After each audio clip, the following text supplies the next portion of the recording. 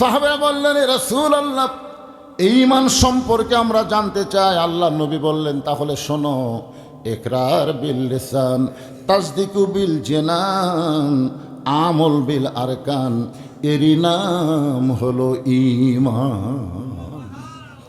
আল্লাহ কোরআনে বললেন, কুল, হে রাসূল আপনি বলেন, ইন কুনতুম তুহিব্বুনাল্লাহ ফাত্তাবিউনি ইউহিব্বুকুমুল্লাহ।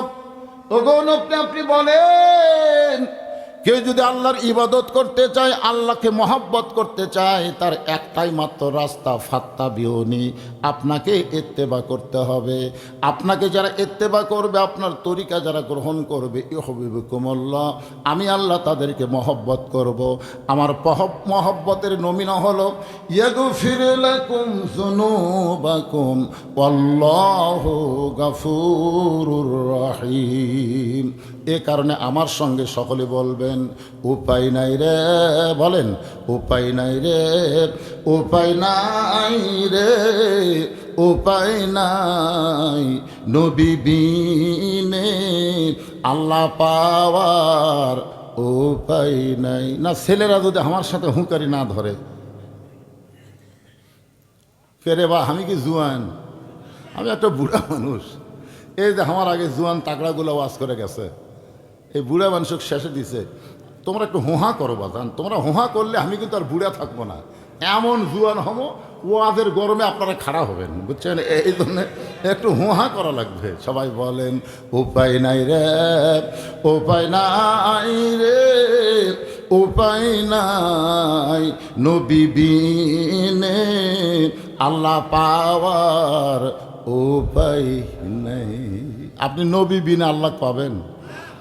একটু মনোযোগ দিয়ে শুনবেন। জবানে বলতে হবে লা ইলাহা ইল্লাল্লাহ, শুধু জবানে বললে হবে না, ওইটা কলিজার মধ্যে জায়গা দেওয়া লাগবে। যাকে বলা হয়েছে তাসদিক বিল জিনান, কলিজার মধ্যে যখন ইমানের জায়গা হবে, ওই মানুষটার কাছে জীবনের চাইতে ইমানের গুরুত্ব বেশি হবে। আল্লাহ আল্লাহ সব সময়, আহারা নিদ্রা ভালো লাগে না, এই দুনিয়া ভালো লাগে না, ভালো লাগে শুধু আল্লাহ, জোরে লা ইলাহা ইল্লাল্লাহ। আল্লাহ রাসূল বলেছেন, কোনো ব্যক্তি যদি সারা জীবন পাপ করে আর মৃত্যুর সময় এই কলেমা যদি তার জবানে জারি থাকে, শুধু জবানে কলেমা জারি থাকার কারণে আল্লাহ তার জীবনের সমস্ত গুনাহ মাফ করে দেয়। আফজালু জিকির লা ইলাহা। এজন্য সকলে শরম ভরম অলসতা বাদ দিয়ে মহব্বতে লা ইলাহা ইল্লাল্লাহ, লা ইলাহা ইল্লাল্লাহ, ইল্লাল্লাহ ইল্লাল্লাহ ইল্লাল্লাহ, লা ইলাহা ইল্লাল্লাহ, লা ইলাহা, লা ইলাহা ইল্লাল্লাহ মুহাম্মাদুর রাসূলুল্লাহ। রাসূলের মহব্বতে সকলে বলি সাল্লাল্লাহু আলাইহি ওয়াসাল্লাম। জগদীশপুর জাকিলি মাদ্রাসা ঈদগাহ ময়দানে আজকের এই তাফসিরুল কোরআন মাহফিলে আল্লাহ তাআলা যেনাকে সম্মানিত সভাপতির আসনে কবুল করেছেন, হযরত মাওলানা মোহাম্মদ আনোয়ার হোসাইন, আজকের এই মাহফিলের সম্মানিত সহসভাপতি হাফেজ কারি মাওলানা মুফতি মেহেদি হাসান, সম্মানিত সভাপতি দ্বয়কে অন্তরের অন্তঃস্থল থেকে আমি শুভেচ্ছা জ্ঞাপন করছি। আজকের এই মাহফিলে সম্মানিত ওলামায়ে কেরাম, আপনাদের মাঝে মাঝে যে সমস্ত আলেম ওলামা বসে আছেন, মঞ্চে আছেন, আমার আগে আলোচনা করেছেন মুফতি মাওলানা মোহাম্মদ হুমায়ুন কবির আর রাজি। আজকের মাহফিলের অন্যতম আকর্ষণ হাফেজ কারি মাওলানা মুফতি মামুনুর রশিদ। সম্মানিত ওলামায়ে কেরাম সহ আজকের মাহফিলের বক্তাগণকে অন্তরের অন্তঃস্থল থেকে আমি শুভেচ্ছা জ্ঞাপন করছি। এই মুহূর্তে আমার সামনে যিনারা বসে আছেন, কিছু লোক দাঁড়িয়েও আছেন, আপনার ইচ্ছা করলেই বসতে পারবেন, বসাটাই হলো আদবি, ঠিক না? চাপা লাগবে না, ইচ্ছা করলেই বসতে পারবেন। শীতের রাত, চাপলে মনে হয় ক্ষতি নাকি? যিনারা বসে আছেন এবং যিনারা দাঁড়িয়ে আছেন সকলকেই অন্তরের অন্তঃস্থল থেকে আমি শুভেচ্ছা জ্ঞাপন করছি। আমার সম্মানিতা মা বোনেরা, পর্দার অন্তরালে বসে বসে যারা আলোচনা শুনতেছেন তাদেরকেও শ্রদ্ধা জ্ঞাপন করে এই মুহূর্তে জানতে চাচ্ছি আপনারা সকলে কেমন আছেন? আলহামদুলিল্লাহ রব্বিল আলামিন। জি আলহামদুলিল্লাহ। জি আসলে এটাই নিয়ম না? একেবারে মুসা আলাইহিস সালাম তুর পর্বতে দাঁড়িয়ে আছেন। কিছুক্ষণ পরে আল্লাহ বলেন, মুসা তোমার খবর কি? মুসা বলতেছে আলহামদুলিল্লাহ। মুসা আলাইহিস সালাম আল্লাহর সঙ্গে কথা বলতে পারেন, এই কারণে বললেন, আল্লাহ আপনার খবর কি? তো এখন আল্লাহ তো বেকায়দায় পড়ে গেছে। আল্লাহর কায়দা বেকায়দা আছে না নাই? তো আল্লাহ আপনি কেমন আছেন? তো আল্লাহ তখন বললেন, আমি কেমন আছি যদি জানবার চাও, ইজহাব ইলা ফিরাউন ইন্নাহু তাগা। আমি আল্লাহ কেমন আছি যদি জানবার চাও তাহলে ফেরাউনের কাছে যাও। ফেরাউন সীমা লঙ্ঘনকারী হয়ে গেছে। আজকে আমরা বাংলাদেশের মুসলমান সীমার মধ্যে আছি না সীমার বাইরে গেছি? যে আল্লাহ তাআলা শারীরিক সুস্থতা, মানসিক প্রশান্তি দান করে এই কোরআন কারিমের মাহফিলে আমাদেরকে কবুল করেছেন, আমরা সে আল্লাহর দরবারে খুশি না বেজার? তাহলে জবান করে সমস্বরে সকলে বলবো, রব্বানা লাকাল হামদ হামদান কাসীরান তাইয়িবান মুবারাকান ফীহি। আমরা প্রশংসা করলাম কার? এই কারণেই আমরা বেশি বেশি প্রশংসা করব যে আল্লাহ আমাদের রুহের জগতে পছন্দ করে দুনিয়ার জগতে আমাদেরকে মুসলমানের ঘরে কবুল করেছেন। আল্লাহ ইচ্ছা করলে আমাদেরকে হিন্দুর ঘরেও পাঠাবার পারতেন, বৌদ্ধ খ্রিস্টানদের ঘরেও পাঠাবার পারতেন, কিন্তু আল্লাহ ওই সকল ঘরে না পাঠায়া জন্মসূত্রে আল্লাহ আমাদের মুসলমানের ঘরে কবুল করেছেন। এখান থেকে আমরা বিশ্বাস করতে পারি আল্লাহ আমাদের পক্ষে আছেন। খুশি না বেজার? তাহলে বলেন আলহামদুলিল্লাহ। আল্লাহ কোরআন ইরশাদ করেন, অমাইয়াবতাগি গয়রাল ইসলামী দীনান ফালাই ইয়কুবালা মিনহু। ইসলাম ছাড়া অন্য কোনো জীবন ব্যবস্থা কেউ যদি গ্রহণ করে, আল্লাহ বলেছেন কখনোই তা কবুল করা হবে না। এ আয়াতের দ্বারা আমরা বিশ্বাস করি ইসলাম শুধু একটা ধর্মের নাম না, ইসলাম হলো একটা জীবন ব্যবস্থার নাম। গোটা জীবন পরিচালনার করার জন্যে ইসলামে সব কিছু আছে না নাই? সব কিছুই আছে আলহামদুলিল্লাহ। ইন্না দীনা ইনদাল্লাহিল ইসলাম। আল্লাহর কাছে মনোনীত জীবন বিধানের নাম কি? আর সেই ইসলামের মধ্যে আমরা মুসলমান। খুশি না বেজার? আর একবার বলি আলহামদুলিল্লাহ। আল্লাহ আমাদেরকে দয়া করে রহম করে বিশ্ব নবীর উম্মাত হিসাবে কবুল করেছেন। আমাদের নবী শুধু নবী না, আমাদের নবী হলেন আমাদের নেতা। সুবহানাল্লাহ বলেন। নবীর প্রতি দরুদ পড়ে, নবীরে সালাম করে মসজিদের ভিতরে, কিন্তু নবীর সমাজ গড়ার কাজে অনেকের দ্বন্দ্ব মনে বাজে। আমাদের বাংলাদেশে যারা শুধু নবীকে নবী হিসাবে বিশ্বাস করে, নেতা হিসাবে মানবার চায় না, এরকম কিছু মুসলমান আছে না নাই? জোরে কান আছে না? নবীর প্রতি দরুদ পড়বে, নবীরে সালাম করবে, অসুবিধে নাই, কিন্তু নবীর যে একটা সমাজ, নবীর যে একটা রাষ্ট্র, এইটা অনেকেই গ্রহণ করতে চায় না। এই নবীর রাষ্ট্রের কথা বলতে গেলে অনেকে বলবে হুজুর আবার রাজনীতি শুরু করলো। আমরা তো তুইয়া মুইয়া ছোট হুজুর। আল্লাহ রাসূল হিজরত করার পরে, মদিনায় যাওয়ার পরে নবী কি শুধু নবী ছিলেন? আমাদের নবী বাতিলের বিরুদ্ধে ২৭টা যুদ্ধে সেনাপতিত্ব করেছে, বলেন সুবহানাল্লাহ। আমাদের নবী মদিনায় শুধু নবী ছিলেন না, মদিনার রাষ্ট্রপতি ছিলেন, বলেন সুবহানাল্লাহ। এখন সেই নবীকে শুধু নবী হিসাবে মানতে চাই, নেতা হিসাবে গ্রহণ করতে চাই না। আমাদের নবীকে শুধু নবী, আমার নেতা তোমার নেতা। এই মাসের নাম কি মাস? রজব মাস। এই মাসে আমাদের নবীকে আল্লাহ তাআলা আরশে নিয়ে গেছিলেন, সুবহানাল্লাহ বলেন। আরশে নিয়ে গিয়ে নবীকে আল্লাহ তাআলা একসময় জান্নাত দেখার তৌফিক দিয়ে দিলেন। জীবিত অবস্থায় জান্নাত দেখা এটা কেবলমাত্র আমাদের নবীর পক্ষেই সম্ভব হয়েছে, বলেন সুবহানাল্লাহ। নবী যখন জান্নাতের মধ্যে প্রবেশ করলেন, ওই সময় ফেরেশতা জিবরাইল বললেন, এ রাসূলুল্লাহ, আপনি যদি জান্নাত থেকে বের না হন, আল্লাহ আপনাকে জান্নাত থেকে বের করে দিবে না। কারণ জান্নাতের একটা নিয়ম আছে। কি নিয়ম? আল্লাহ বলেছেন, ফাদখুলুহা খালিদিন। কেউ যদি একবার জান্নাতে প্রবেশ করে, আল্লাহ তাকে চিরস্থায়ীভাবে জান্নাত দিয়ে দেয়। আপনি যদি বের না হন, আল্লাহ আপনাকে বের করে দিবে না। ওই সময় আমাদের নবী কি বলেছেন জানেন? আমাদের নবী বললেন, জিবরাইল, আমি নবী আমার জন্য নই, আমি নবী হলাম আমার উম্মতের জন্যে। হযরত বেলাল এক সময় নবীকে প্রশ্ন করলেন, ইয়া রাসূলুল্লাহ, আমরা যখন কবরে যাব তখন মুনকির নাকির আমাদেরকে 3টা প্রশ্ন করবে। কয়টা? কিন্তু আপনি যখন কবরে যাবেন আপনাকে কয়টা করবে? তো আল্লাহ রাসূল বললেন, বেলাল, তোমার ধারণা কি? বেলাল বলেন, হুজুর, মনে হয় 2টা করবে।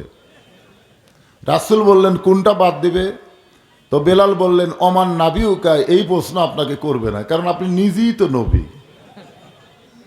আল্লাহ রাসূল বললেন, বেলাল, যারা মৃত্যু বরণ করে মুসলমানের ভিতরে কবরে যারা যাবে তাদেরকে 3টা প্রশ্ন করবে। ধরে কোন কয়টা?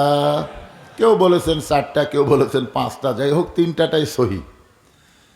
কিন্তু আমার যদি মৃত্যুই না হয় তাহলে প্রশ্ন কেমনে হবে?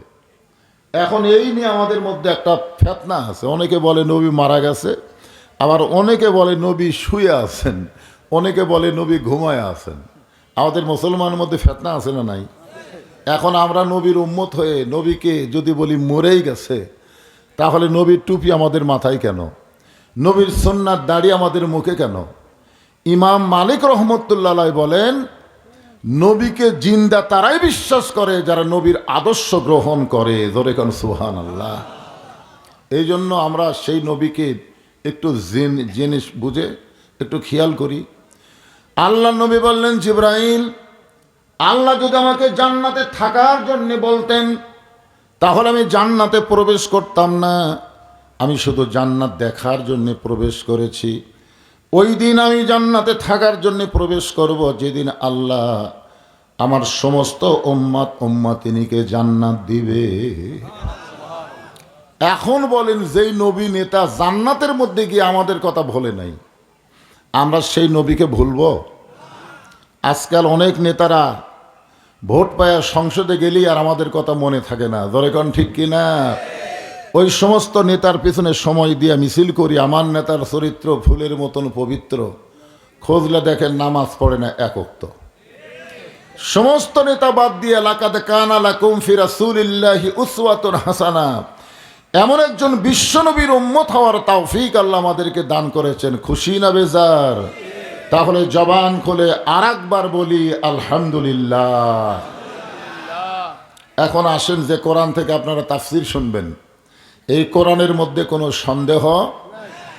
এই কোরআনের প্রথমে আল্লাহ বললেন, যালিকাল কিতাবু লা রাইবা ফি হুদাল লিল মুত্তাকিন। মুত্তাকি বান্দা বান্দি যারা আল্লাহর কোরআন থেকে হেদায়েত পাবে তারা। এখন বলেন, এই কোরআনের মধ্যে কোনো সন্দেহ আছে? এই কোরআনের মধ্যে কোনো ধোঁকা আছে? এই কোরআনের মধ্যে কোনো গোজামিল আছে? বর্তমানে যে সংবিধান দিয়ে বাংলাদেশ চলতেছে, এই সংবিধানের মধ্যে সন্দেহ, গোজামিল, ধোঁকা? তাহলে 90% মুসলমান মানুষের তৈরি সংবিধানকে গ্রহণ করতে পারে না, গ্রহণ করতে হবে আল্লাহর কোরআনের সংবিধান। জোরে কোন কথা ঠিক কিনা? এই জন্য আলোচনা তাফসির শোনার আগে সকলে একটা স্লোগান দেওয়া লাগবে, আল কোরআনের আলো সংসদে জালো। ঘরে ঘরে সবার স্লোগানে এক হয় না কেন?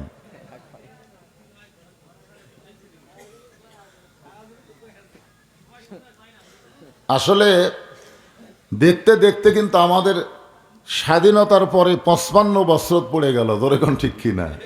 সব দেখাই তো দেখলাম, একটাবার আল্লাহর কোরআন সংসদে দেখি তো কি হয়। সবাই একটু স্লোগান পাল্টায় এক সুরে বলবেন। আমি যে বলবো আল কোরআনের আলো, আপনার বলবেন সংসদে জালো। যে দলই করেন আপনি, মসজিদের মধ্যে ঢোকার আগে যে দলই করেন, মসজিদের মধ্যে প্রবেশ করার পরে আর কোনো দলাদলি চলে? আমি নিজের চোখে দেখছি, ডান পাশে আওয়ামী লীগ, বাম পাশে বিএনপি, মাঝখানে জামাত। এখন হুজুর আসে নাই, আওয়ামী লীগ ঠেলা দিয়ে জামাত ইসলামকে সামনে দেয়। ভাই তুমি আমার ইমামতি করো ভাই, কি বুঝতেছেন? এই জন্য মসজিদের মধ্যে যেমন কোনো দলাদলি হয় না, কোরআনের মাহফিলে আমরা কোনো দলাদলি করব না, সবাই এক দল হয়ে স্লোগান দেব। রাজি আছেন সবাই? আমি যেই বলবো আল কোরআনের আলো, আপনার বলবেন সংসদে জালো। আল কোরআনের আলো সংসদে জালো। কোরআন হাদিস যেখানে আমরা আছি সেখানে দুনিয়ার মুসলমান এক হও, এক হও। আপনাদের মধ্যে এমন কোনো ব্যক্তি আছে এখানে যে ব্যক্তি দাঁড়ায় বলতে পারে, হুজুর আমার বাড়ি সব চাইতে কাছে, আমি বাড়িতে যাবার পারবই? এইরকম হিম্মত কারো আছে? একটু খাড়া হন তো দেখে। তো এইরকম হিম্মত যদি না থাকে, সাহস যদি না থাকে, তাহলে হক স্লোগানের ব্যাপারে জবান বন্ধ রাখবেন কেন? আপনি বাড়ির যাওয়ারই গ্যারান্টি নাই। হতে পারে আজকের এই মাহফিল আমাদের জীবনের শেষ মাহফিল। আল্লাহর কোরআনের সত্য স্লোগান, হক স্লোগান দিয়ে যদি আপনি মরেও যান, এই কোরআনের সুপারিশ আল্লাহ আপনাকে জান্নাত দিয়ে দিবে। এই জন্য গলা ছাড়া একটু স্লোগান দেওয়া লাগবে। এই ম্যানা স্লোগান বহুদিন দিয়েছে, আর না, গলা কাশি দেন। আল কোরআনের আলো কোরআন হাদিস যেখানে দুনিয়ার মুসলমান লিল্লাহে তাকবীর। আলহামদুলিল্লাহ। আমাদের বাংলাদেশে অনেক বড় বড় দলের দাবি করে, সেই দলের মধ্যে কিন্তু আল্লাহু আকবার নাই। যেরকম ঠিক কিনা? কিন্তু এইখানে বসার পরে আপনি কোনো দল করতেছেন? সবাই তো আল্লাহু আকবার সেই জোরে করলেন, মাশাআল্লাহ। এখন আসেন সেই পবিত্র কোরআন থেকে ছোট্ট একটা সূরা, রজব মাসকে খেয়াল করে আপনাদের সামনে আলোচনা। নামটা হলো সূরা আসর। আসর হলো একটা সময়, সময়ের শপথ করছেন আল্লাহ। সময় অত্যন্ত গুরুত্বপূর্ণ একটা সাবজেক্ট। আমাদের কাছ থেকে আমাদের হায়াতের অনেক সময় চলে গেছে। জোরে কোন ঠিক কিনা? এই জন্য আফসোস করে আব্দুল আলিম একটা গান গাইছিল, মিশে মায়াই বন্দি থাইকা করলাম কত খেলা, পশ্চিমে তাকায়া দেখি আমার ডুইবা গেছে বেলা, এক পলকের নাই ভরসা, মিশে সকল আশা, কখন বুঝি দারুণ ঝড়ে ভাঙবে আমার বাসা। এক পলক মানে এদিকে তাকায়, এদিকে তাকানোর সময় নাই, তার আগেই আমাদের সময় শেষ হতে পারে। ধরে কোন কথা ঠিক কিনা? সময় অত্যন্ত গুরুত্বপূর্ণ একটা বিষয়। আজকে আমাদের বাংলাদেশে সবাই সময়ের দিকে খেয়াল করে না, কিন্তু যখন বয়স হয়ে যায়, সারা জীবন ঘুষের চাকরি করছে, রিটায়ার করার পরে সময়ের গুরুত্ব দিয়ে বলতেছে, আল্লাহ আমি আর জীবনে ঘুষ খাবো না, আল্লাহ আল্লাহ যা করছি করছি, আল্লাহ আর করবো না। আপনার বলেন তোর চাকরি আছে? ওই সময়ের গুরুত্ব কখন দিছে? যখন চাকরি শেষ হয়ে গেছে। আমাদের বাংলাদেশে অনেক মুসলমান যৌবন বয়সে নামাজ পড়ে না, বুড়া বয়সে সময়ের গুরুত্ব দিয়ে মসজিদে যায়, কিন্তু তখন আর ঠিক মতো রুকু সেজদা করবার পারে না, তখন একটা চেয়ার সেট করে। জোরে কারণ কি সেট করে? আপনারা আপনাদের এলাকায় মসজিদে খেয়াল করে দেখবেন, যেই ব্যক্তি মসজিদে চেয়ার নিয়ে যায় ওই যৌবনকালে নামাজ পড়েনি। বিশ্বাস না হয় আপনি লিখে নেন। এই যৌবনকালে আড্ডা মারছে, আর বুড়া বয়সে আমাদের 27 গুণ সওয়াব নষ্ট করার জন্য সিয়ারলিয়া শয়তানক ঢুকেছে। কারণ মসজিদে জামাতে নামাজ পড়লে কয় গুণ? জোরে কোন কয় গুণ? আপনারা বলেন তো, জামাতে কি হেঁকা বেঁকা করে পড়লে হবে? কাতার কি করা লাগবে? আপনারা এখন ফতুয়া দেন তো, যেই কাতারে চেয়ার থাকে ওই কাতার কি সোজা হয়? তাহলে যেই কাতারে চেয়ার থাকবে ওই কাতারের মুসল্লি 1 গুণ সওয়াব পাবে, 27 গুণ পাবে না। এখন 27 গুণ সওয়াব নিবার গেলে চেয়ার আস্তে করে দ্বিতীয় কাতার দেওয়া লাগবে। দ্বিতীয় কাতারের মুসল্লিও যদি 27 গুণের আশা করে, চেয়ার তৃতীয় কাতারে যাবে। তৃতীয় কাতারের মুসল্লিও যদি 27 গুণ নিয়ত করে, তাহলে চেয়ার চতুর্থ কাতারে যাবে। এক সময় দেখবেন মসজিদের ভিতরে কোনো চেয়ার থাকবে না, সব চেয়ার বারান্দায় এতিমের মতন থাকবে। ধরে কোন কথা ঠিক কিনা?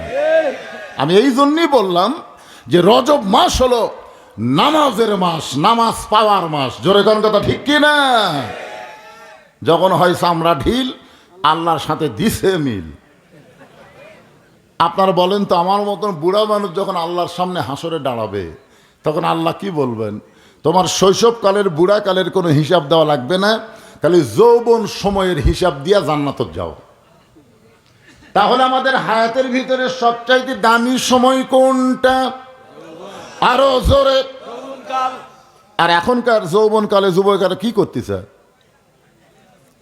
এই জন্য সময়ের শপথ করে আল্লাহ বলতেছেন, ইন্নাল ইনসানা লাফি খুসর। আমার দাদিকে বললাম, দাদি এখন নাকি গ্রামগঞ্জে মেয়েরা মাথার চুল বেছে, তো আপনার খবর কি? দাদি বলতে, আমার চুল সাদা ভাই, এটা লেয় না রে। কোন চুল লেয়? কালো চুল। কারা বেচতেছে? আপনাকে এলাকায় মনে হয় মেয়েরা চুল বেছে না। আপনারা জানেন চুলের দাম জানেন? 1 কেজি চুলের দাম হলো 10,000 টাকা। আমার মায়েরা যৌবন বয়সে মাথার চুল বেঁচে খাচ্ছেন, আর মরার পরে 5 কাপড় দিয়ে কোনো লাভ হবে না। মরার পরে 5 কাপড় দিয়ে কোনো কাম হবে? কারণ পুরুষের কাপড় কয়টা, মেয়েদের কয়টা? আপনারা বলেন তো, মেয়েদের 2টা বেশি কোন জায়গাত বাঁধে? একটা মাথাত বাঁধে, একটা সিনাত বাঁধে। তো যেই মেয়েরা যৌবন বয়সে মাথার চুলি বেঁচে খেলো, বুড়ি বয়সে আর মাথা বাঁধে কবর থেকে লাভ হবে? এই জন্যে সময়ের শপথ করেছেন কে? শপথ করার পরে আল্লাহ বললেন, ইন্নাল ইনসানা লাফি খুসর। ইন্না মানে নিশ্চয়, ইনসান মানে মানুষ, লাফি মানে ভিতরে, খুসরুন মানে ক্ষতি। একত্রে অর্থ হলো নিশ্চয়ই মানুষগুলো ক্ষতির ভিতরে। এখন আপনাদের কাছে আমার প্রশ্ন, আল্লাহর যত সৃষ্টি আছে সমস্ত সৃষ্টির মধ্যে শ্রেষ্ঠ সৃষ্টির নাম কি? এক বাক্যে সবাই বলেন। যে মানুষ সম্পর্কে আল্লাহ অন্য জায়গায় বললেন, অত্তিন ওয়াসাইতুন অতুরি সিনিন ওয়াহাজাল বালাদিল আমিন। আল্লাহ 4টা শপথ করে বললেন, লাকাদ খলাকনাল ইনসানা ফি আহসানি তাকবীর। এই আয়াত দিয়ে আপনারা কি বুঝলেন? মানুষকে আল্লাহ ভালোবাসে কম না বেশি? সর্বপ্রথম মানুষের নাম কি? আদম আলাইহিস সালাম তৈরি করার পরে আল্লাহ কি বললেন? উসজুদু লি আদামা। ফেরেশতারা চমকে উঠল, সেজদার মালিক একমাত্র কে? কিন্তু সে আল্লাহই বলতেছে আদমকে সেজদা করো। ফেরেশতাদের মনের মধ্যে কথা থাকলেও আল্লাহর হুকুম পালন করার জন্যে সবাই আদমকে সেজদা করলো, কিন্তু একজন করলো না, ইবলিস। আল্লাহ বলল, কে রে ইবলিস, আদমকে সেজদা করলি না কেন? ইল্লা ইবলিসা আবা ওয়াস্তাকবার। ইবলিস অহংকার করে বলল, আদম হলো মাটি, আমি হলাম আগুন। আল্লাহ সঙ্গে সঙ্গে বললেন, বের হয়ে যা, আমার হেদায়েত থেকে, আমার দয়া থেকে তুই বের হয়ে যা। তো ইবলিস যাওয়ার সময় বলতেছে, আল্লাহ আমাকে যখন আপনি বের করে দিলেন, যাওয়া তো লাগবেই, কিন্তু আমার একটা প্রশ্ন হলো, আপনি বড় না আদম বড়? আল্লাহ বলতেছে, তোর কি মনে হয়? ইবলিস বলতেছে, আমার মনে হয় আদমই বড়। আল্লাহ বলে, কেন? বলে, 6 লক্ষ বছর আপনাকে সেজদা করলাম, আর একটা সেজদা আদমকে করলাম না। তাহলে একটা সেজদা না করার কারণে আমার 6 লক্ষ বছরের সেজদা কি হলো? আল্লাহ বলে, ইবলিস তাহলে শোনো, আমি আল্লাহ আদমকে এত ভালোবাসি, আমার নিজের চাইতেও অনেক বেশি। একটা সেজদা না দেওয়ার কারণে তোমার 6 লক্ষ বছরের সেজদা বাতিল করে দিয়েছি।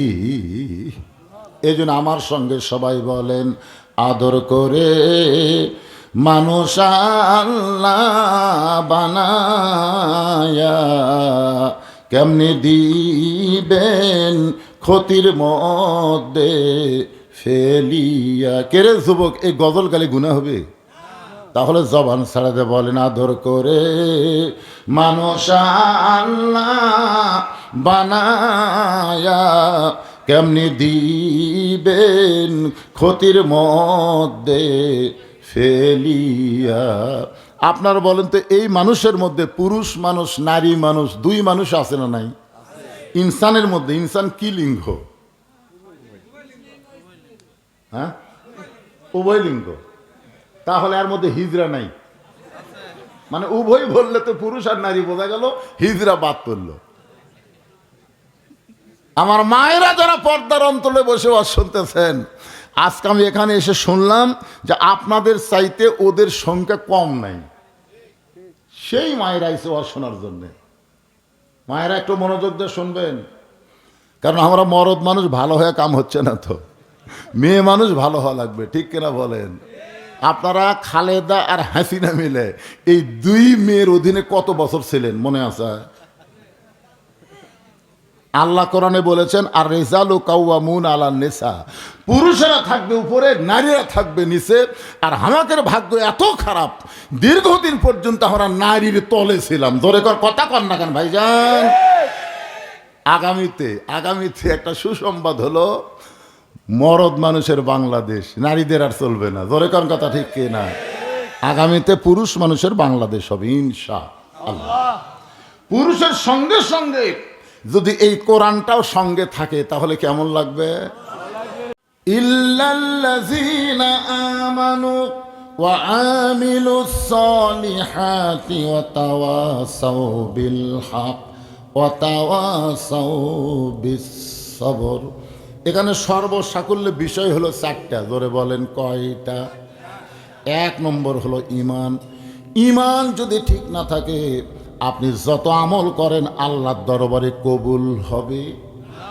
আপনারা বলেন তো, নবীর চাচা আবু তালেব কেমন মানুষ ছিলেন? দুই একজন কয় না। এরপরেও এই মানুষটাকে আল্লাহ জাহান্নাম দিবে, কারণ কি? আল্লাহ রাসূল নিজেই বলেছেন, আমি মায়ের পেটে থাকা অবস্থায় এতিম ছিলাম, কিন্তু দুনিয়াতে আসার পরে আমি এতিম ছিলাম না। সাহাবারা বললেন, হুজুর এটা কেমনে? রাসূল বললেন, ভাগ্যগুণে একটা চাচা পাইছিলাম আবু তালেব, যিনি আমাকে এমনভাবে লালন পালন করেছে, আমার যে বাবা নাই এটা আমি কোনোদিন বুঝবারই পারি নাই।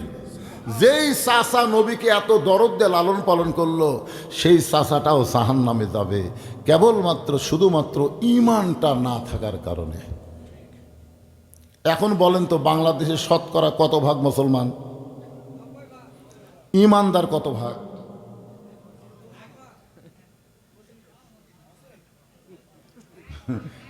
এটাই কিন্তু মূল। মুসলমানকে আল্লাহ বলতেছেন, ইয়া আইয়ুহাল্লাযীনা আমানু আত্তাকুল্লাহ হাক্কা তুকাতিহি ওয়া লা তামুতুন্না ইল্লা ওয়া আনতুম মুসলিমুন। খালি মুসলমান দাবি করলে হবে না, মুসলমান হয়ে মরা লাগবে। আর মুসলমান হয়ে মরবার গেলে ঈমান থাকা লাগবে। ধরে কোন কথা ঠিক কি না? এখন বলেন তো, ঈমানের গুরুত্ব কম না বেশি? নামাজ পড়ে ঈমান নাই। নামাজ পড়ে কি নাই? আসরের নামাজ পড়ে জমির ধান দেখবার গেছে, উপর জমির পানি চলমল করতেছে, নিচে আর জমির পানি নেই। ওই তখন চারিদিকে তাকাছে, এভাবে চারিদিকে তাকে দেখে কেউ নেই, আস্তে করে বসে বিসমিল্লাহ কয়ে আল কাটছে। ওই মনে করছে বিসমিল্লাহ করলেই মনে হয় জায়েজ হয়ে যাবে। আমাদের বাংলাদেশে কতগুলো নেতা আছে দেখবেন, বিসমিল্লাহির রহমানির রহিম কয়া মানুষের তৈরি সমাজ, মানুষের তৈরি আইন, মানুষের তৈরি রাষ্ট্রের কথা বলে। বিসমিল্লাহ বয়া মদ খাওয়া যে কথা, বিসমিল্লাহ বলে মানুষের রাষ্ট্রের কথা বলা একই কথা। ধরে কথা কন না কেন ভাইজান? ওই বিসমিল্লাহ কয়ে জমির আল কাটছে, আল কাটা ওই পানিতে হাত ধোছে, ধুয়ে আবার দাঁড়ায় চারিদিকে তাকায় বলতেছে আলহামদুলিল্লাহ কেউ দেখেনি। কি কইছে? আলহামদুলিল্লাহ কেউ দেখেনি। আপনারা বলেন তো, ওই লোকটার নামাজ আছে কিন্তু কি নাই? ইমান যদি থাকতো তাহলে কি বুঝতো? কেউ না দেখলেও ও কি চারিদিকে দেখতো না উপর দিকে দেখতো? ইমানদারেরা কোন দিকে দেখে? ওরে বাবা, ওপর দিকে তাকান।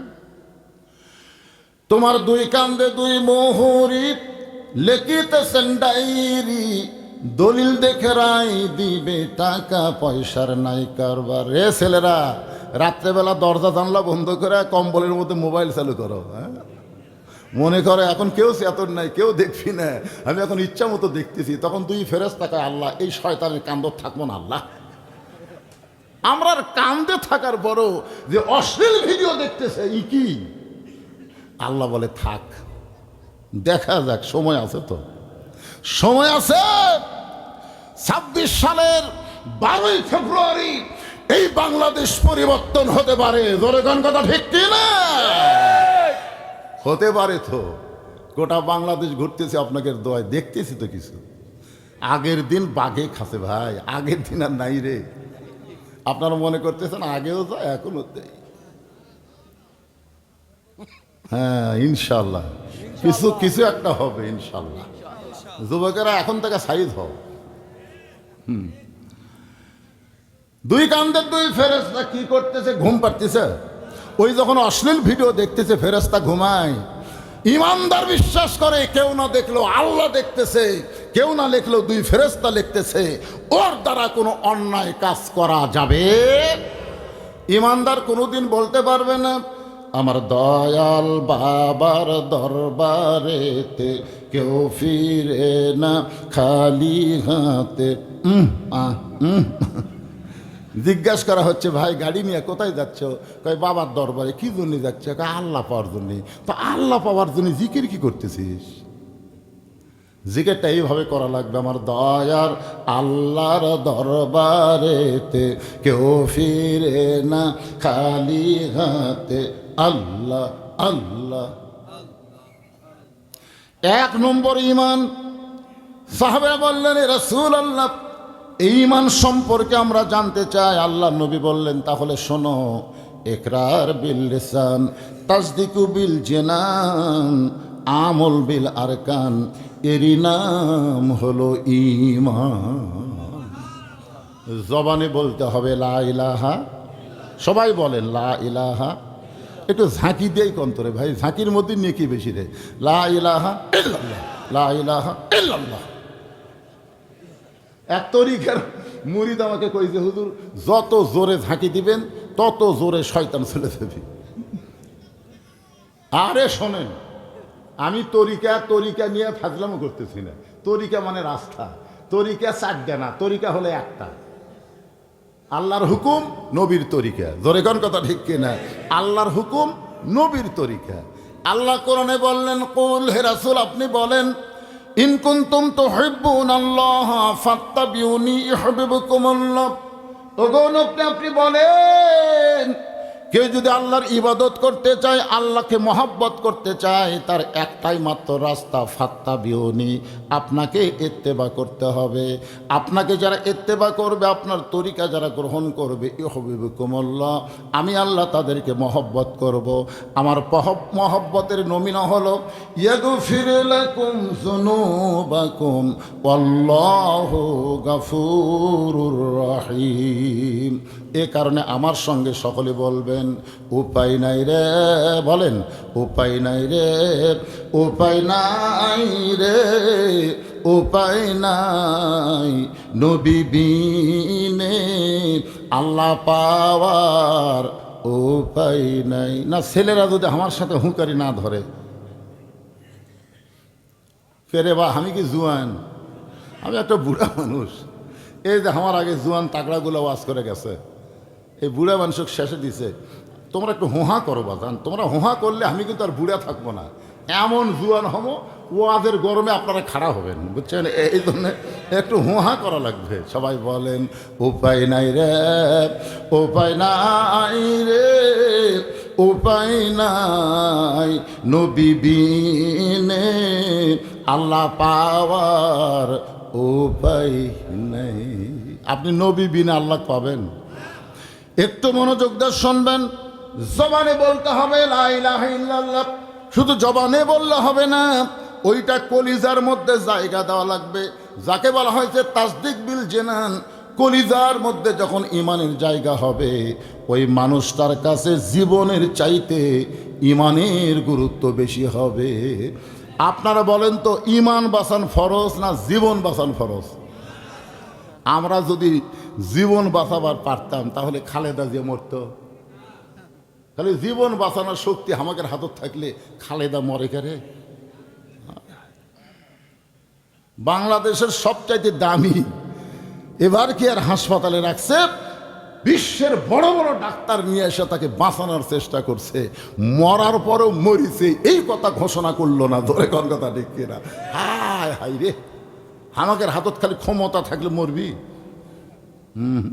আপনি যতই চেষ্টা করেন আপনি আপনার জীবন বাঁচাবার পারবেন না, তবে একটু চেষ্টা করলে ইমান বাঁচান যাবে। তাসদিক বিল জেনান, কলিজার মধ্যে যখন ইমানের জায়গা হবে, ওই মানুষটার চরিত্র কেমন হবে? আমি একটা দৃষ্টান্ত দেই। লোকটার নাম হলো মীর কাশেম আলী। নাম কি? মীর কাশেম আলীকে উকিল বলতেছে, স্যার আজকে রাত 12টায় আপনার ফাঁসি হবে। মীর কাশেম আলী বলতেছে, উকিল এখন কয়টা বাজে? বলে এখন 9:30 বাজে। আলহামদুলিল্লাহ, এখনো 2.5 ঘন্টা। 2.5 ঘন্টা পর যার ফাঁসি হবে সে শুকরিয়া আদায় করতেছে কার? আলহামদুলিল্লাহ, এখনো 2.5 ঘন্টা। তো খামাকা চেতন থেকে লাভ কি? আমি 2 ঘন্টা ঘুম পাড়ি, যদি চেতন না পাই উকিল আমাকে ডাক দিও। উকিল কই মানুষ করে? যার 2.5 ঘন্টা পর ফাঁসি হবি ওই বলে 2 ঘন্টা ঘুম পাড়বি, চেতন না পালে ডাক দেওয়া লাগবে। আপনার বলেন তো, ফাঁসির চিন্তায় ঘুম ধরবি? কয়দিন সময় আছে? মাত্র 2.5 ঘন্টা। উকিল মনে মনে চিন্তা করে, ফাঁসির চিন্তায় লোকটা পাগল হয়ে গেছে। মনটা খারাপ করে যখন ফাঁসির কন্ডম সেল থেকে উকিল বের হয়ে যায়, রাত যখন 11:30 বাজে, 2 ঘন্টা হয়ে গেল, এমন সময় উকিল ফাঁসির কন্ডম সেলে ঢুকে দেখে মীর কাশেম আলী নাক ডাকে ঘুম পাড়তিছে।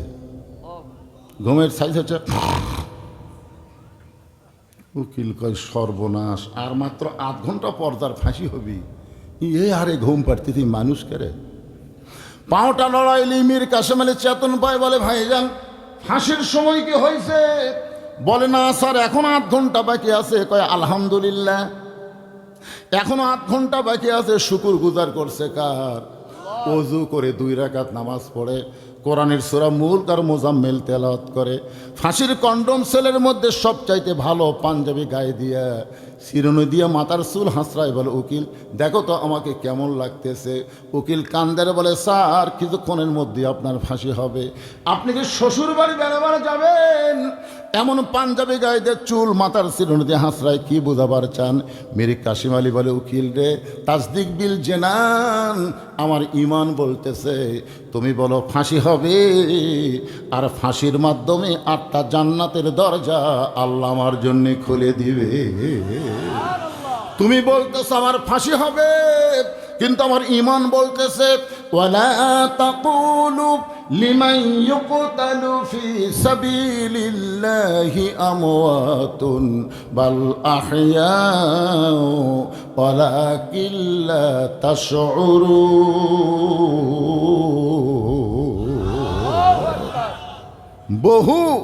বহু লোক ওসমান হাদিকে বলছে, ওসমান হাদি ভাই আপনি ভারতের বিরুদ্ধে যে হারে কথা বলতেছেন, যে কোনো সময় আপনাকে হত্যা করতে পারে, আপনি কিছু বন্ধু বান্ধব লিয়া থাকেন, একা একা ধরেন না। ওসমান হাদি বলেছে আমার ঈমান বলতেছে মৃত্যু হবেই, যতই চেষ্টা করো মৃত্যু হবেই, কিন্তু সব মৃত্যু মৃত্যু না, অনেক মৃত্যু জীবন পাওয়া। ধরে কোন কথা ঠিক কিনা? বিশ্বাস করেন আমার গ্রামে ওসমান হাদি দুনিয়া থেকে বিদায় নেওয়ার পরে 2টা ছেলের জন্ম হয়েছে, ওই 2 ছেলের নামই ওসমান হাদিত হচ্ছে, 2টার নামে। আমি একবার 2 হাদিক দেখবার গেলাম, যে বললাম কে রে তোমার বেটার নাম ওসমান হাদিত হতো? উয়ে যেত হতে তাই হুজুর বর্তমানে ওসমান হাদি খুব ভালো লাগতেছে হুজুর, বেটার নাম ওসমান হাদিত হওয়ার পরে খুব খুশি লাগতেছে। আকাশেতে লক্ষ তারা, একটা চাঁদের আলো, হাজার কোটি মানুষের চাইতে একজন ইমানদার ওসমান হাদি অনেক ভালো। তাসদিক বিল জানান, কলিজার মধ্যে যখন ইমান থাকবে ওই ব্যক্তির কাছে জীবনের চাইতে ইমানের গুরুত্ব বেশি। এখন আপনাদের কাছে আমি জানতে চাই, জীবন বাঁচান ফরজ না ইমান বাঁচান ফরজ? কারা কারা ইমান বাঁচাবার চান? দুই হাত তুলে আমার আল্লাহকে দেখান, টান টান করে তোলেন দুই হাত, হাত নামান, হাত নামান। আল্লাহ যারা হাত তুলে তোমাকে দেখালো তাদের ইমানটাকে তুমি, কি হয়েছে ভাই? আচ্ছা, কি কি বাজান, কি বাজান ফরজ? গুট গুট করতেছে, ব্যাগ ছেড়ে দিবি, মনে করতেছে শেষে লোক থাকে কি না থাকে। এটা কোন বক্তা রে? আসলে ভাইজান আমার ওয়াজ শুনিনি এমন শ্রোতা বাংলাদেশত নাই। হয়তো সরাসরি আমাকে দেখেনি, কিন্তু আমার ওয়াজ শোনেনি এইরকম কোনো শ্রোতা নাই।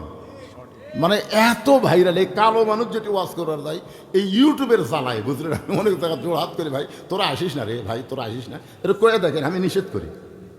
মানে এই বুড়া বয়সে এরা তখন ভাইরাল করছে, বুঝলেন? আমার বাঁচাই কঠিন। কেবল ওয়াজ শুরু করছি, আমল বিল আরকানের মধ্যে গেলে মাংস পিছলেও লোক উঠবি না, আলহামদুলিল্লাহ।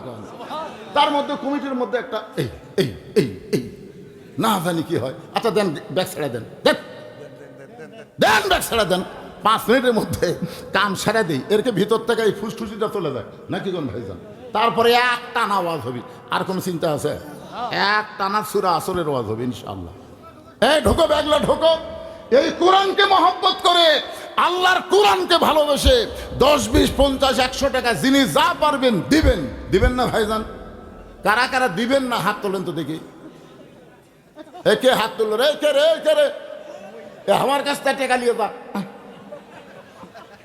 আর কারা কারা দিবেন তারা একটা হাত তোলেন। কারা কারা দিবেন? লিল্লাহে তাকবীর। মাঝখানে কিছু লোক হাত তোলেন, আপনি 10 টাকাও দিতে পারবেন না, হাত তোলেন না কেন? টান টান করে হাত নামান।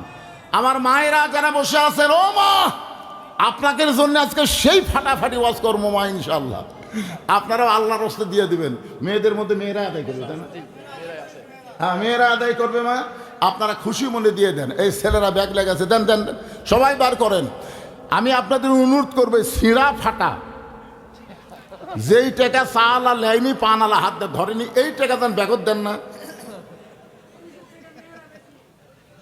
টাকাও বেশি উঠবি, কিছুক্ষণ পরে দেখবেন মেয়েকে টাকার টোপলা দেখেন আর আপনাকে টাকার ব্যাগ দেখেন, আপনার দিকে ভাবেন মেয়েরা সেই দেওয়া দেবে। আজকে ফাতে মারওয়াজ হবি না ইনশাল্লাহ। ভাইজান দিয়ে দেন, সবাই দিয়ে দেন। লান তানালুল বিররা হাত্তা তুনফিকু মিম্মা তুহিব্বুন। যেইটাকে আপনি মহব্বত করেন সেইটা আল্লাহ দেন। আপনার কাছে 200 টাকার লোট আছে, 100 টাকার লোট আছে, 50 টাকার লোট আছে, 10 টাকার লোট আছে। এই কয়টা লোটের মধ্যে কোনটাকে আপনি পছন্দ করেন? তো 200 দেন। এটা দিচ্ছেন কার? আল্লাহ। জোরে বলেন কে? এই যে মুরব্বী, ওঠে কেন? বাবা বসেন, বসেন, বসেন, বসেন, ওঠেন বাবা, বসেন, বসেন। আপনি দিবার না পারলে সমস্যা নাই, জোর জবস্তি নাই। যিনি যা পারবেন আল্লাহর রাস্তায় একটু দিবেন, একটু জিকির করেন। লা ইলাহা লা ইলাহা ইল্লাল্লাহ, লা ইলাহা ইল্লাল্লাহ, লা ইলাহা ইল্লাল্লাহ, লা ইলাহা। পাহাড় পর্বত নদ নদী এ নাম গাহে নিরবধি। আমার আল্লাহ নামের এতই মধু, আল্লাহ নামের এতই জাদু, লুকিয়ে রাখছেন হে আল্লাহ জোরে লা ইলাহা ইল্লাল্লাহ, লা ইলাহা। বাবা ব্যাগগুলো আদায় করে টেজতলে আসো তো। পুরুষ মানুষ কত টাকা দিল আমরা এক ব্যাগত তুলে একটু দেখবার চাই। আর মেয়ে মানুষরা কত দেয় আজকে আমরা দেখাবো।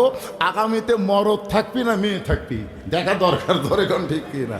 হ্যাঁ, এই জন্য ব্যাগগুলো আদায় করে সব টেজতলে আসবে ইনশাল্লাহ। হ্যাঁ, নিয়ে আসেন। আপনার একটু ধরে ধরে দেন তো দেখি, সবাই একটু বেশি বেশি করে দিয়ে দেন ইনশাল্লাহ। ছেলেরা এই যুবকেরা যেন গান বাজনা করার চান্স না পায়, প্রত্যেক বছর যেন কোরআনের বাগান লাগায়। কি কারণ রাজি আছেন না? হ্যাঁ, আল্লাহর কোরআনকে মহব্বত করে সবাই দিবেন। কেউ যদি মনে করে হুজুর আমি 500,000 টাকা দান করব, ওই ব্যাগের মধ্যে কেমনে দেই, তাহলে আপনারা এই গুনাহগারের হাতে দিবার পারেন। এমন কোনো লোক যদি থাকে তো 500 টাকার একটা নোট দেবো হুজুর, ব্যাগের মধ্যে দেওয়া যায়। মসজিদের দান বাক্সের মধ্যে আমরা কোনোদিন 500 টাকা পাইনি, বুঝলেন, খালি 10 টাকা 20 টাকা। একদিন এক মসজিদে আমি কইলাম ভাইজান আমার হাতে একটু দান করেন তো, তখন দেখলাম অনেক 1000 টাকা 500 টাকা দান করলো। তো এরকম কেউ যদি থাকেন এই গুনাহগারের হাতে একটু দেন তো, 500 টাকা লোট আছে যাদের বাপ মা কবরে গেছে, ভাই বাপ মায়ের কথা মনে করে যদি মনে করেন ব্যাগ আসা পর্যন্ত, ব্যাগ আসা শেষ আদায়ও শেষ, ওই দিকে ঘুরতেছে ব্যাগলে, ওটা কী রে আসে না কেন, এইদিকে আসে না, কোথায় 100 ঝংকার মাইকালা ভাই, আমি গুনাহগারের হাতে 100 টাকা দান করে দেয়, আল্লাহ তার মাইকটা সবসময় ভালো রেখো, জোরে কোনা আমিন। কিন্তু মাইকালার একটা সমস্যা হলো এরা নামাজ পড়বার পায় না। এই মাইকালা আর এই ভিডিও ম্যানেরা এরা কিন্তু খালি হুজুরের ওয়াজ তোলে, নামাজ খুব একটা পড়বার চায় না। আমি ওয়াজ করতেছি, তোমরা কিন্তু 5 ওয়াক্ত নামাজ ধরা লাগবে, ভিউ ব্যবসা কমে যাবে। আর তোমরা মাইকালা ভাইজান এত বক্তা করে ওয়াজ শোনো আর নামাজ পড়ো না কেন? ঝুমকার মাইকের টাকা দিল, কি খবর কি? এই মাগরিব এসে নামাজ পড়ছে, যা করছে ফজর থেকে শুরু করে ওই আবার ওতর যাচ্ছে, কে ওতর যাও। একটু মনোযোগ দিয়ে শুনবেন। ইমান সম্পর্কে রাসূল শেষ কথা বললেন আমল বিল আরকান, ইমান অনুযায়ী আমল করা লাগবে। আপনাদের কাছে আমার প্রশ্ন হলো, ইমানকে যদি আমরা রক্ষা করতে চাই তাহলে যে আমল না করলে ইমান থাকবে না, নাম নাই, চকচকা চেহারা, আর বিয়ে হবি না মানে করবার চাইলে মেয়েরা লাইন ধরবে, কি কয় আর ঢপ দেখছেন সালমান শাহর মতন। 500 টাকা দান করে গেল এক যুবক, আল্লাহ দানকে কবুল করেন। আব্বুর জন্য ইয়ে দিয়েছেন কেন, পটিয়ালা টাকা দিয়েছেন কেন? না চলে না, এই টাকা লেয় না ভাই, এখন টাকা ছিঁড়া টাকা লিবার চাই, কিন্তু পটি মারা টাকা লেয় না। না দানই যখন কর্ম, টাকা যদি ভালো থাকে সেটা দেবো না, কথা কর না কেন ভাই? এই দান কি দুনিয়ার জন্য না জান্নাতের জন্য রে? তো জান্নাতের জন্য ছিঁড়া টাকা দিবেন কেন? নাই ও আরেকজন দিছে, ও তোমার আম্মু দিছে, ঠিক আছে, এটা তো আমার হুজুর দিও না বাবা, বাবার জন্য দোয়া করেন, আমরা এটা চলাবো ইনশাআল্লাহ। এরা চলাবি যেভাবে হোক চলাবে ইনশাল্লাহ। বাপের জন্য দোয়া চাই, আল্লাহ বাবার কবরকে জান্নাতের টুকরা বানায় দেখ, জোরে কোন আমিন। শুরু করব না? আমল বিল আরকান, ইমান অনুযায়ী আমল করতে গেলে যে আমল না করলে ইমান থাকবে না, আপনারা বলেন তো সেই আমলের নাম কি? যে আমল না করলে ইমান থাকবে না সেই আমল হলো লা সালাতা লা ইমানা, যার নামাজ নাই তার ইমান নাই। লা সালাতা লা দীনা, যার নামাজ নাই তার কোনো ধর্ম নাই। বাইনাল আবদি ওয়াল কুফরি তরকুস সালাত, বান্দা কাফেরের মধ্যে পৃথক করার জিনিসটার নামই হলো নামাজ। যারা নামাজ পড়বে তারা হবে আল্লাহর বান্দা, আর যারা নামাজ পড়বে না তারা হলো কাফের। মান তারাকা সালাতু মুতাম্মিদান ফাকাত কাফারা, ইচ্ছা করে একটা ওয়াক্ত নামাজ যারা বাদ দিল তারা আল্লাহর সঙ্গে কুফরি করলো। এই জন্য ইমানকে রক্ষা করতে গেলে 1 নম্বর যে আমল লাগবে সে আমলটার নামই হলো নামাজ। আপনাদের কাছে আমার প্রশ্ন হলো, এই লাইলাতুল মিরাজে আল্লাহ নবীকে আল্লাহ যে নামাজ দিয়েছে এটা কোন নামাজ? এই নামাজ হলো 5 ওয়াক্ত নামাজ। এই নামাজের মধ্যে কিন্তু জুমার নামাজ নাই। এই 5 ওয়াক্ত নামাজের মধ্যে কিন্তু জুমার নামাজ নাই। জুমার নামাজ আল্লাহ নবীকে অনেক পরে দিয়েছে। এই 5 ওয়াক্ত নামাজের গুরুত্ব বেশি না জুমার নামাজের গুরুত্ব বেশি? আর যুবকেরা কথা কয় না, কেরে যুবক এই আমরা চিনি না। আজকে অনেক মসজিদ দোতলা করতেছে, অনেক মসজিদ। কেরে ভাই মসজিদ দোতলা কেন?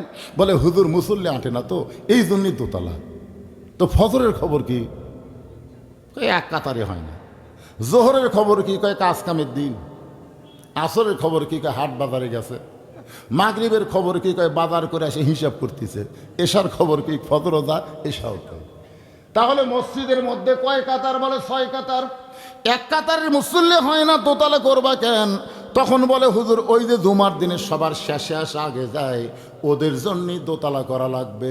আপনারা বলেন তো, জুমার দিনে যারা শেষে আসা আগে যায় এরা কিন্তু মুসল্লি না, এরা নামাজ নামে আল্লাহর সঙ্গে মশকরা ঠাট্টাকারী। এক ছেলে আমাকে বলতে যে হুজুর রহমানুর রহিম আল্লাহ জুমার নামাজের জন্য জান্নাত দিবি না? তখন আমি বললাম আসলেই তো তাই, আল্লাহ রহমত থেকে নিরাশ হওয়া। আল্লাহ কোরআনে বলেছেন লা তাকনাতু মির রাহমাতিল্লাহ ইন্নাল্লাহা ইয়াগফিরুয যুনুবা জামিআ ইন্নাহু হুয়াল গাফুরুর রহিম। আল্লাহ বললেন যারা 5 ওয়াক্ত পড়ো নাই, শুধু জুমার নামাজ পড়েছো, আমি আল্লাহ দয়া করে তাদেরকে জান্নাত দিয়ে দিলাম। দেখছেন কি জোরে সুবহানাল্লাহ। এখন জুম্মা পার্টি খুশি হয়ে জান্নাতের দিকে মারবে দৌড়, কিন্তু জান্নাতের কাছে গিয়ে দেখবে জান্নাতের দরজাতে একটা তালা দেওয়া। ধরে কোন কি দেওয়া? জুম্মা পার্টি বলবে আল্লাহ আপনি আমাকে জান্নাত দিলেন, কিন্তু দরজার যে তালা, আল্লাহ বলে চাবি খুঁজে দেখ তোদের কাছে আছে। ওরা পকেট হাতায় দেখবে একটা চাবি পাওয়া যাবে, ওই চাবিটা তালার মধ্যে ঢুকবে কিন্তু ঘুরবে না। জুম্মা পাড়ি বলবে আল্লাহ চাবি তালার মধ্যে ঢুকলো কিন্তু ঘরে না কেন? আল্লাহ বলে তালার মধ্যে 5টা দাগ আছে, তোদের চাবির মধ্যেও 5টা দাগ থাকা লাগবে, দাগে দাগে মিল হবে, কুট্টুস করে খুলে যাবে। তখন জুম্মা পার্টি বলবে আল্লাহ কিসের দাগ? আল্লাহ বলবেন 5 ওয়াক্ত নামাজের দাগ। তখন ওরা বলবে আল্লাহ আমাদের চাবি তেল তেলা কোনো দাগ নাই। আল্লাহ বলবেন তাহলে আমার দয়াতে জান্নাত দেখে ফেরত আয়। যারা শুধু জুম্মা পড়তেছে এরা জান্নাত দেখতে পাবে কিন্তু ভিতরে ঢুকতে পারবে না। জান্নাতে ঢুকতে গেলে 5 ওয়াক্ত লাগবে।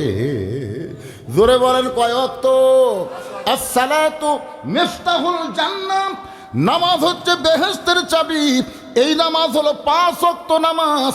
এই নামাজ আল্লাহ লাইলাতুল মিরাজ নবীকে দিলেন। এরপরও নবী 3 বছর মক্কায় ছিলেন। নামাজ পাওয়ার পরেও নবী 3 বছর মক্কায় ছিলেন। এক সময় নবী বললেন আল্লাহ যত জায়গায় নামাজের কথা বলেছেন প্রত্যেক জায়গায় বলেছেন আকিমুস সালাত, নামাজ কায়েম করো, কিন্তু মক্কায় যেই পরিবেশ চলতেছে এই পরিবেশে চোরের মতন নামাজ পড়া যায়, কিন্তু আজান দিয়ে জামাত করে নামাজ কায়েম করার তো কোনো পরিবেশ নাই। আল্লাহ বলেন হাবিব মক্কায় হলেন আপনি ইমাম আর আবু জেহেল হলো নেতা। আবু জেহেলের মতন জালেম নেতা যতদিন থাকবে আর আপনার মতন ভালো ইমাম যতদিন থাকবে ওই জায়গায় নামাজ পড়া যাবে কিন্তু নামাজ কায়েম করা যাবে না। নামাজ কায়েম করতে গেলে যিনি ইমাম হবে তাকেই নেতা হওয়া লাগবে। এখন আপনারা বলেন আগামী নির্বাচনে যেই দলগুলো আপনাদের সামনে ভোট সভার আসতেছে এই দলগুলোর মধ্যে কারা কারা ইমামতি করবার পারবে এইরকম দল আমাদের খেয়াল করার দরকার আছে না নাই? খালি নামাজ পড়লে হবে না, নামাজ পড়ানোর মতন যোগ্যতা থাকা লাগবে। হায় হায় রে, এই কথা কলে তো একজন বলছে জাতীয় ইমাম, মুখের দিকে তাকা দেখেন তেলতেলা। আমাদের বাংলাদেশে আর যাই হোক মুসলিম ইমামের দিকে সবাই তাকায়, তাকায় কি তাকায় না? একজন আমার ফতুয়া আছে হুজুর ইমামের দাড়ি যদি এক মুষ্টির নিতে হয় তার পাশে নামাজ হবে। আমি কইলাম কেবারে ইমাম তোমাকে দাড়িতে হাত দিবার দিছিল, তুমি দাড়ি কিভাবে মুড দিয়ে মারলে? না হুজুর ইমাম যখন খুতবা দেয় তখন আমি দূর থেকে মুড দিয়ে আন্দাজ করছি তো ইমামের দাড়ি আর আমার মুড তো দেখি মনে হয় মুটের চাইতে ছোট। আমি বললাম তোমার দাড়ির খবর কি? আমার নাই। তাই বলে হুজুর থাকা লাগবে না। যেই বাংলাদেশে ইমামের দাড়ি মানুষ মুড়তে মাপে সেই বাংলাদেশে তেলতেলা দাড়ি চাচা মোচ চাচা মানুষ কোনোদিন জাতীয় ইমাম হতে পারে না। জোরে কর কথা, ঢের কথা বলেন না কেন? একটু মনোযোগ দিয়ে শুনতে হবে। 1 নম্বর নেক আমল হলো নামাজ। পুরুষের জন্য 1 নম্বর নেক আমল হলো নামাজ, কিন্তু আমার মা বোনদের জন্য ইমান রক্ষা করতে গিয়ে 1 নম্বর নেক আমল কিন্তু নামাজ না।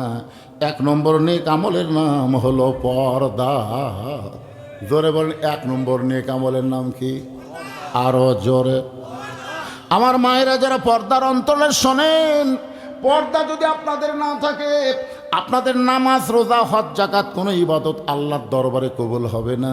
মেয়েদের ইবাদত কবুল করতে গেলে 1 নম্বরে যে জিনিসটা রাখতে হবে তার নাম হলো পর্দা। আল্লাহ রাসূল বললেন, ফাতেমা মাত্র 4টা আমল করলে আল্লাহ 8টা জান্নাত খুলে দিবে। নামাজ পড়তে হবে 24 ঘন্টার মধ্যে মাত্র 5 বার নামাজ আদায় করলে নামাজের হক আদায় হবে। 24 ঘন্টায় নামাজ পড়া লাগবে না, 5 ওয়াক্ত মিলে বড় জোর 1 ঘন্টা লাগবে। ধরে কোন কয় ঘন্টা? তাহলে 24 ঘন্টার মধ্যে 1 ঘন্টা 5 ওয়াক্ত নামাজ পড়লে নামাজের হক আদায় হবে। ও ফাতেমা, 12 মাস রোজা রাখা লাগবে না, 12 মাস রোজার কোনো দরকার নাই, বছরে 1 মাস রোজা রাখলে রোজার হক আদায় হবে। ও ফাতেমা, 3 নম্বর হলো স্বামীর খেদমত সব সময় করা লাগবে না। স্বামী যখন খেদমত চাবে তখন স্বামীর খেদমত করা লাগবে। স্বামী যদি খেদমত না চায় তাহলে ইচ্ছা করে কোনোদিন খেদমত করতে যায়ও না, কারণ অতি ভক্তি। হঠাৎ যদি কোনোদিন আপনার বউ আপনাকে বেশি বেশি খেদমত করতেছে, দেখবেন চুল টানতেছে, মাথা টিপা দিচ্ছে, পায়ের লোক টানতেছে, বাতাস করতেছে, একটু এটা সেটা না খাবার দিচ্ছে, আপনি বুঝবেন সেই দিনই আপনার বাপের বিরুদ্ধে, নয় আপনার মায়ের বিরুদ্ধে, নয় আপনার ভাইয়ের বিরুদ্ধে, নয় আপনার বোনের বিরুদ্ধে ওয়াজ করবি। গেলেন আমার বউ নাই, আমি যত বলি হুজুরে আমার বউ নাই, আমি জানি তো যে এই দিন আমার খুবই খেদমত করতে, সেই দিন আমি বুঝতে পারি আজ একটা অন্যায় ওয়াজ হবে। এই খেদমত করতে করতে আবার কান্দেও, জানেন, মাথা টিপতেছে, ওর চোখ দিয়ে লেবু রসের মতন পানি ছাড়তেছে। আমি বললাম, কি হচ্ছে গো, কি হচ্ছে? এই কান্দিস করে কি, স্বামী খেদমত কারো কান্দ কেন? তখন বলে, আমি একটু তোমাকে জান্নাত থাকবার চাই গো, কিন্তু হবি না। আমি বললাম, কি জন্য হবি না? বলে, তোমার বুড়া বাপ আর বুড়ি মা খালি ফ্যাস ফ্যাস করে। তুমি যখন বাইরে যাও তোমার বাপ মায়ের অত্যাচার আমার কলজা চলে গেছে গো। তুমি যদি বাপ মার সাথে থাকবার চাও তাহলে আমার বাপের বাড়িতে পাঠিয়ে দাও, আর আমার সাথে যদি সুখের শান্তির সংসার করবার চাও তাহলে তোমার বাপ মা বাদ দেওয়া লাগবে। অমা আলাইনা ইল্লাল বালাক। এমন সুন্দর একটা ওয়াজ করছে, এখন আপনি কি করবেন? আপনার পা টিপতিতে বাতাস করতেছে, আপনি কি করবেন? এমন সময় আল্লাহর কোরআন আপনার সামনে এসে বলবে, লিয়াবলুয়াকুম আইয়ুকুম আহসানু আমালা। তোমাকে সুন্দর আমলের পরীক্ষা করা হবে। ওই সময় সবচাইতে সুন্দর আমল হলো যে গজলটা আপনারা শুনলেন। এই গজলটা শুনে কি বুঝলেন? আল্লাহ কোরআনে বলেছেন, ওয়াকাদা রব্বুকা আল্লা তা'বুদু ইল্লা ইয়াহু ওয়া বিল ওয়ালিদাইনি ইহসানা। বউ যদি মরা যায়, সকালে মরলে বিকেলে বিয়ে করা যাবি কি যাবি না? বউ যদি ছেড়ে দেন বইয়ের কোনো অভাব নাই, কিন্তু বাপ মা যদি মারা যায় কিয়ামত পর্যন্ত যদি আপনি কাঁদেন, ওই দরদের বাপ মাকে আর আপনি ঘুরে পাবেন না। দরকার হলে বউ ত্যাগ করব, কিন্তু বাপ মাকে ত্যাগ করা যাবি। এত খেদমত করতেছে, ওয়াজ করছে, লাভ দিয়ে বলো তো টাং টোপলা যা আছে বান দেখ। বউ বলতেছে, কেন গো, তুই না বাপের বাড়িতে যাবার ছেলি, তোকে 3 তালাকের গাড়িত করে তোর বাপের বাড়িতে পেড়াতে মরে। তুই মরে গেলে তোকে ছাড়ে দিলে বইয়ের অভাব আছে, কিন্তু আর বাপ মায়ের বিরুদ্ধে ওয়াজ করলি, বাপ মা মরে গেলে কুটি পাবো। বউ দৌড়ে এসে পাও ধরে বলতেছে, তুমি আসলে আল্লাহর ওলি গো, তোমাকে ধোকা দেওয়া যাবি না। আমার মায়েদের বলতেছি, মা শোনেন, স্বামীর খেদমত করবেন, কিন্তু অতিরিক্ত খেদমত করতে রাসূল নিষেধ করেছেন। স্বামী যখন খেদমত চাবে তখন স্বামীর খেদমত করা যাবে, ইচ্ছা করে অতিরিক্ত খেদমত ফাতেমাকে আল্লাহ রাসূল নিষেধ করেছেন। রাসূল বলেন, ফাতেমা সতীত্বের হেফাজত পর্দা করা, যেই পর্দা সম্পর্কে আল্লাহ বলেছেন, ওয়াকরনা ফি বুয়ুতিকুন্না ওয়ালা তাবাররাজনা তাবাররুজাল জাহিলিয়াতিল উলা। আল্লাহু আকবার করবেন না? ফাতেমা সব সময় পর্দার মধ্যে থাকতে হবে। সঙ্গে সঙ্গে ফাতেমার কাছে একটা ওড়না ছিল, ওই ওড়নাটা মাথার উপরে দিয়ে বললেন, বাবা আপনাকে সাক্ষী রেখে আল্লাহর কাছে ওয়াদা করলাম, এই মুহূর্ত থেকে আমি ফাতেমা পর্দার মধ্যে ঢুকে গেলাম। একদিন ঈশার নামাজের পর হযরত আলী ঘরের মধ্যে ঢুইকা থেকে ফাতেমা চৌকিতে বসে কাঁদতেছে। হযরত আলী ঘরে ঢুকে দেখে ফাতেমা কাঁদতেছে। হযরত আলী থুতুনির তলে হাত দিয়ে বললেন, বিবি গো এমন করে কান্দার কারণ কি? ফাতেমা বলে, স্বামী গো আপনি কি জানেন আল্লাহ তাআলা আমার দোয়া কবুল করেছে? আলী বুঝকে বুঝকে হাসার গায়ে পাগলি নাকি? আল্লাহ যদি দোয়া কবুল করে থাকে তাহলে কেন কাঁদতেছেন? ফাতেমা বলে, স্বামী গো, কি দোয়া আল্লাহ কবুল করেছে এইটাকে আপনি শুনবেন না? আলী বলতেছে, বলো তো তোমার কি দোয়া আল্লাহ কবুল করেছে? ফাতেমা বলতেছে, আল্লাহ তাআলা আমাকে পর্দার মধ্যে মৃত্যু দিবে, এই দোয়াটা আল্লাহ কবুল করেছে। আলী বলে, পাগলি রে, যে সারা জীবন পর্দা করলো তার মৃত্যু তো পর্দার মধ্যেই হবে, এখানে আবার কান্দার কারণ কি? ফাতেমা বলে, স্বামী গো, সেই মৃত্যুটা কবে হবে এইটাকে আপনি শুনবেন না? আলী বলেন, ফাতেমা, মানুষ কোনোদিন মরার কথা বলতে পারে না, কে কখন মরবে এটা কেউ কোনোদিন বলতে পারে না। ফাতেমা বলতেছে, কিছুক্ষণ আগে আল্লাহ পাক আমারে জানাইছে আজকে গভীর রাত্রে ফাতেমার মৃত্যু হবে। যেই বলছে আজকে গভীর রাত্রে ফাতেমার মৃত্যু হবে, গাছের গোড়া কাটলে গাছটা যেমন পড়ে যায়, হযরত আলী তেমনি পড়ে গেলেন ঘরের মাঝায়। মা ফাতেমা দুই হাত দিয়ে চোখের পানি মুছে মুচকি মুচকি হেসে স্বামীর মাথাটা উরাতের উপরে নিয়ে কপালে একটা চুমু দিয়ে সান্ত্বনা দিয়ে বলতে, স্বামী গো, আমি আমার বাবার মুখে শুনেছি আপনি হলেন পৃথিবীর সবচাইতে বড় আলেম। আমার বাবার মুখে শুনেছি আপনি হলেন পৃথিবীর সবচাইতে বড় বীর। আপনার বলেন তো, হযরত আলী আলেম ছোট না বড়? আল্লাহর নবী যখন মদিনার খলিফা ছিলেন ওই সময় আলীকে নবী শিক্ষামন্ত্রীর দায়িত্ব দিয়েছিলেন। হযরত আবু বকর যখন মদিনার খলিফা হলেন ওই সময় হযরত আলীকে শিক্ষামন্ত্রীর দায়িত্ব দিয়েছিলেন। হযরত উমর যখন মদিনার খলিফা ওই সময় হযরত আলী হলেন শিক্ষামন্ত্রী। ওসমান গনি যখন মদিনার খলিফা ওই সময় আলী ছিলেন শিক্ষামন্ত্রী। তার মানে খলিফা পরিবর্তন হয় কিন্তু শিক্ষামন্ত্রী পরিবর্তন হয় না। রাসূল বলেছেন, আনা মাদিনাতুল ইলমি ওয়া আলীও বাবুহা, আমি হচ্ছে এলেমের শহর, আলী হচ্ছে তার দরওয়াজা। এখন আপনাদের কাছে আমি জানবার চাচ্ছি, হযরত আলীর মতন শিক্ষামন্ত্রী যদি বাংলাদেশে হতো তাহলে আপনারা বলেন তো কোন শিক্ষার গুরুত্ব বেশি হতো? আজকে আমাদের বাংলাদেশে কোন শিক্ষার গুরুত্ব বেশি? আমার মাদ্রাসার আব্দুল্লাহ, বুঝলেন, 7 বছর বয়স, পেশাব করে যায় শীতের মধ্যে, পেশাব করে। আমি মনে করছি ঠান্ডার কাশ হবে, তো মানুষের মহত আমি টাকা বললাম, হুজুর এই যে কাশতেছে পেশাবখানার গন্ধ কি ভিতর ঢুকতেছে না? হুজুর আপনি জানেন না এটা কাশলাই তো। আমি বলি, কাশলাই কি? কক জিজ্ঞেস করেন। ওই দিন পেশাব করে পানি লিয়ে উঠলো, এটা কাশলু কে? হুজুর পেশাব নিংড়ালাম হুজুর। পেশাব হওয়ার পরে আমার মনে হচ্ছে আটকে আছে, কাজ দিয়ে আঙ্গুল দিয়ে দিকে 1 ফোঁটা বাড়াছে, আমার মনে হচ্ছে আবার আরও আছে, আবার এক কাজ দিলাম, সামান্য বাড়ালো, পরে আবার কাজ দিয়ে দিকে আর বাড়াইনি। পানি খরচ করলাম, এখন ওযু করবো। কে রে আব্দুল্লাহ, তুই 7 বছরের বাচ্চা, এই যে পৌষ মাস মাঘ মাসের শীতে ওযু করবি কেন রে পাগলা? আপনি জানেন না হুজুর, আমরা যে পড়া পড়ি এটা ধরবার গেলে শরীর পবিত্র থাকা লাগে হুজুর, ওযু ছাড়া হয় না। 7 বছরের বাচ্চার কথা শুনে আমি ওটি বসা করলাম। অথচ ওর সাইডে 2 বছরের বড়, ক্লাস 2-এ পড়ে, কান্দত ব্যাগলে খাড়া হয়ে মারতেছে। আমার গ্রামের এক ছেলে কিয়ামতের লক্ষণ পেশাব দিয়ে 40 লিখছে, জানেন? হ্যাঁ, ওই পেশাব দিয়ে আগে লিখছে 4, পরে দিতে 0। আমি কলাম, কেরে পেশাব দিয়ে অঙ্ক লেখায় জীবনে প্রথম দেখলাম। মাথা হাত দিয়ে চিন্তা করলাম, এটা কি রে? এক সময় রাগ সামলাম, এই কইছি মারছে তো। আমি দৌড়ে গিয়ে ঘরে বললাম, কি করলি? কেরে কেমনে পেশাব করা লাগে, বসা পেশাব করা লাগে, তোর স্যার তোকে শিখাইনি? তখন বলে, চাচা দেখি কন, প্রাইমারি পেশাবখানার যা দিকে আমার স্যারই খাড়া হয়ে পেশাব করে।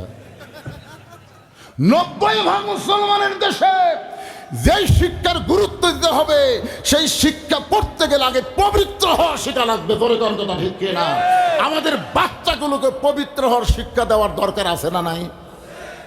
কি শিক্ষা দিচ্ছে? আগডম বাগডম ঘোড়াডম সাথে ঢাক ঢোলক ঝাঁতর বাজে, বাঁচতে বাঁচতে চললো ঢুলি, ঢুলি গেল কমলা ফুলি। আপনার বলেন তো এর মধ্যে একটা কথা সত্যি আছে? তাহলে আপনার বেগুনা মাসুম বাচ্চাকে আপনি মিথ্যা শিক্ষা দিচ্ছেন, আর সেই শিক্ষার জন্য শিক্ষামন্ত্রী হাজার হাজার কোটি টাকা সংসদ থেকে বাজেট করতেছে। আগামীতে 12ই ফেব্রুয়ারি সঠিক জায়গায় যদি কাম করবার পারেন আর কোনো নাপাক শিক্ষা থাকবে না, পবিত্র শিক্ষা দিয়ে মুসলমানের শিক্ষা শুরু হবে। ধরে কোন কথা ঠিক কি না? এই দৃশ্য বাংলাদেশ জমিনে দেখবার চাই। কারা কারা রাজি? 2 হাত তোলা, আল্লাহকে দেখেন। লিল্লাহে লাগবে? হাত নামান ভাইজান। এই শিক্ষা আমাদের সন্তানের দরকার আছে না নাই? দরকার আছে না নাই? ফাতেমা চোখের পানি মুসকে হাসি দিয়ে বলতে, স্বামী গো, আমি আমার বাবার মুখে শুনেছি আপনি হলেন সবচাইতে বড় জ্ঞানী, আপনি হলেন সবচাইতে বড় বীর, বউ আপনার রাত্রেবেলা মরবে। এই কথা শোনার পরে আপনি এমনভাবে পড়ে গেলেন কেন? আপনি কি জানেন না এ দুনিয়া থাকার জায়গা না, এখানে আসলে যাইতে হবে। এই সত্যি কথাটা আমরা অনেকে স্বীকার করতে চাই না। আজকে আপনারা স্বীকার করেন, আসলে যাই বলতেছেন না, মনে করতেছেন থাকবেন। থাক ইনকা করে কি দেখতেছেন ভাই? কয় 6 তালার ভিত দিছি হুজুর, 3 তালা কমপ্লিট হচ্ছে, রড বার করে থুছি হুজুর। 6 তালার ভিত দিছে, 3 তালা কমপ্লিট হচ্ছে, রড বার করে থছে হুজুর। দোয়া করবেন হুজুর, আর 3টা তালা দান করবার পারি হুজুর।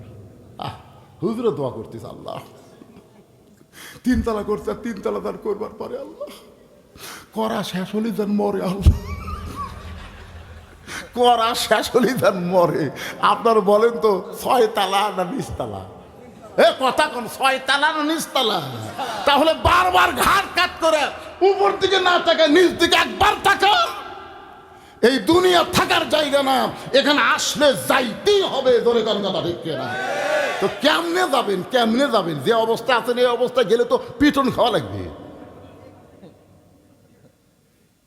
কিন্তু যেদিন ডাক পড়িবে, কিন্তু যেদিন ডাক পড়িবে কবর মাঝে যাইতে, জোগাড় কিছু করছো বন্ধু তার মাঝে বিছাইতে।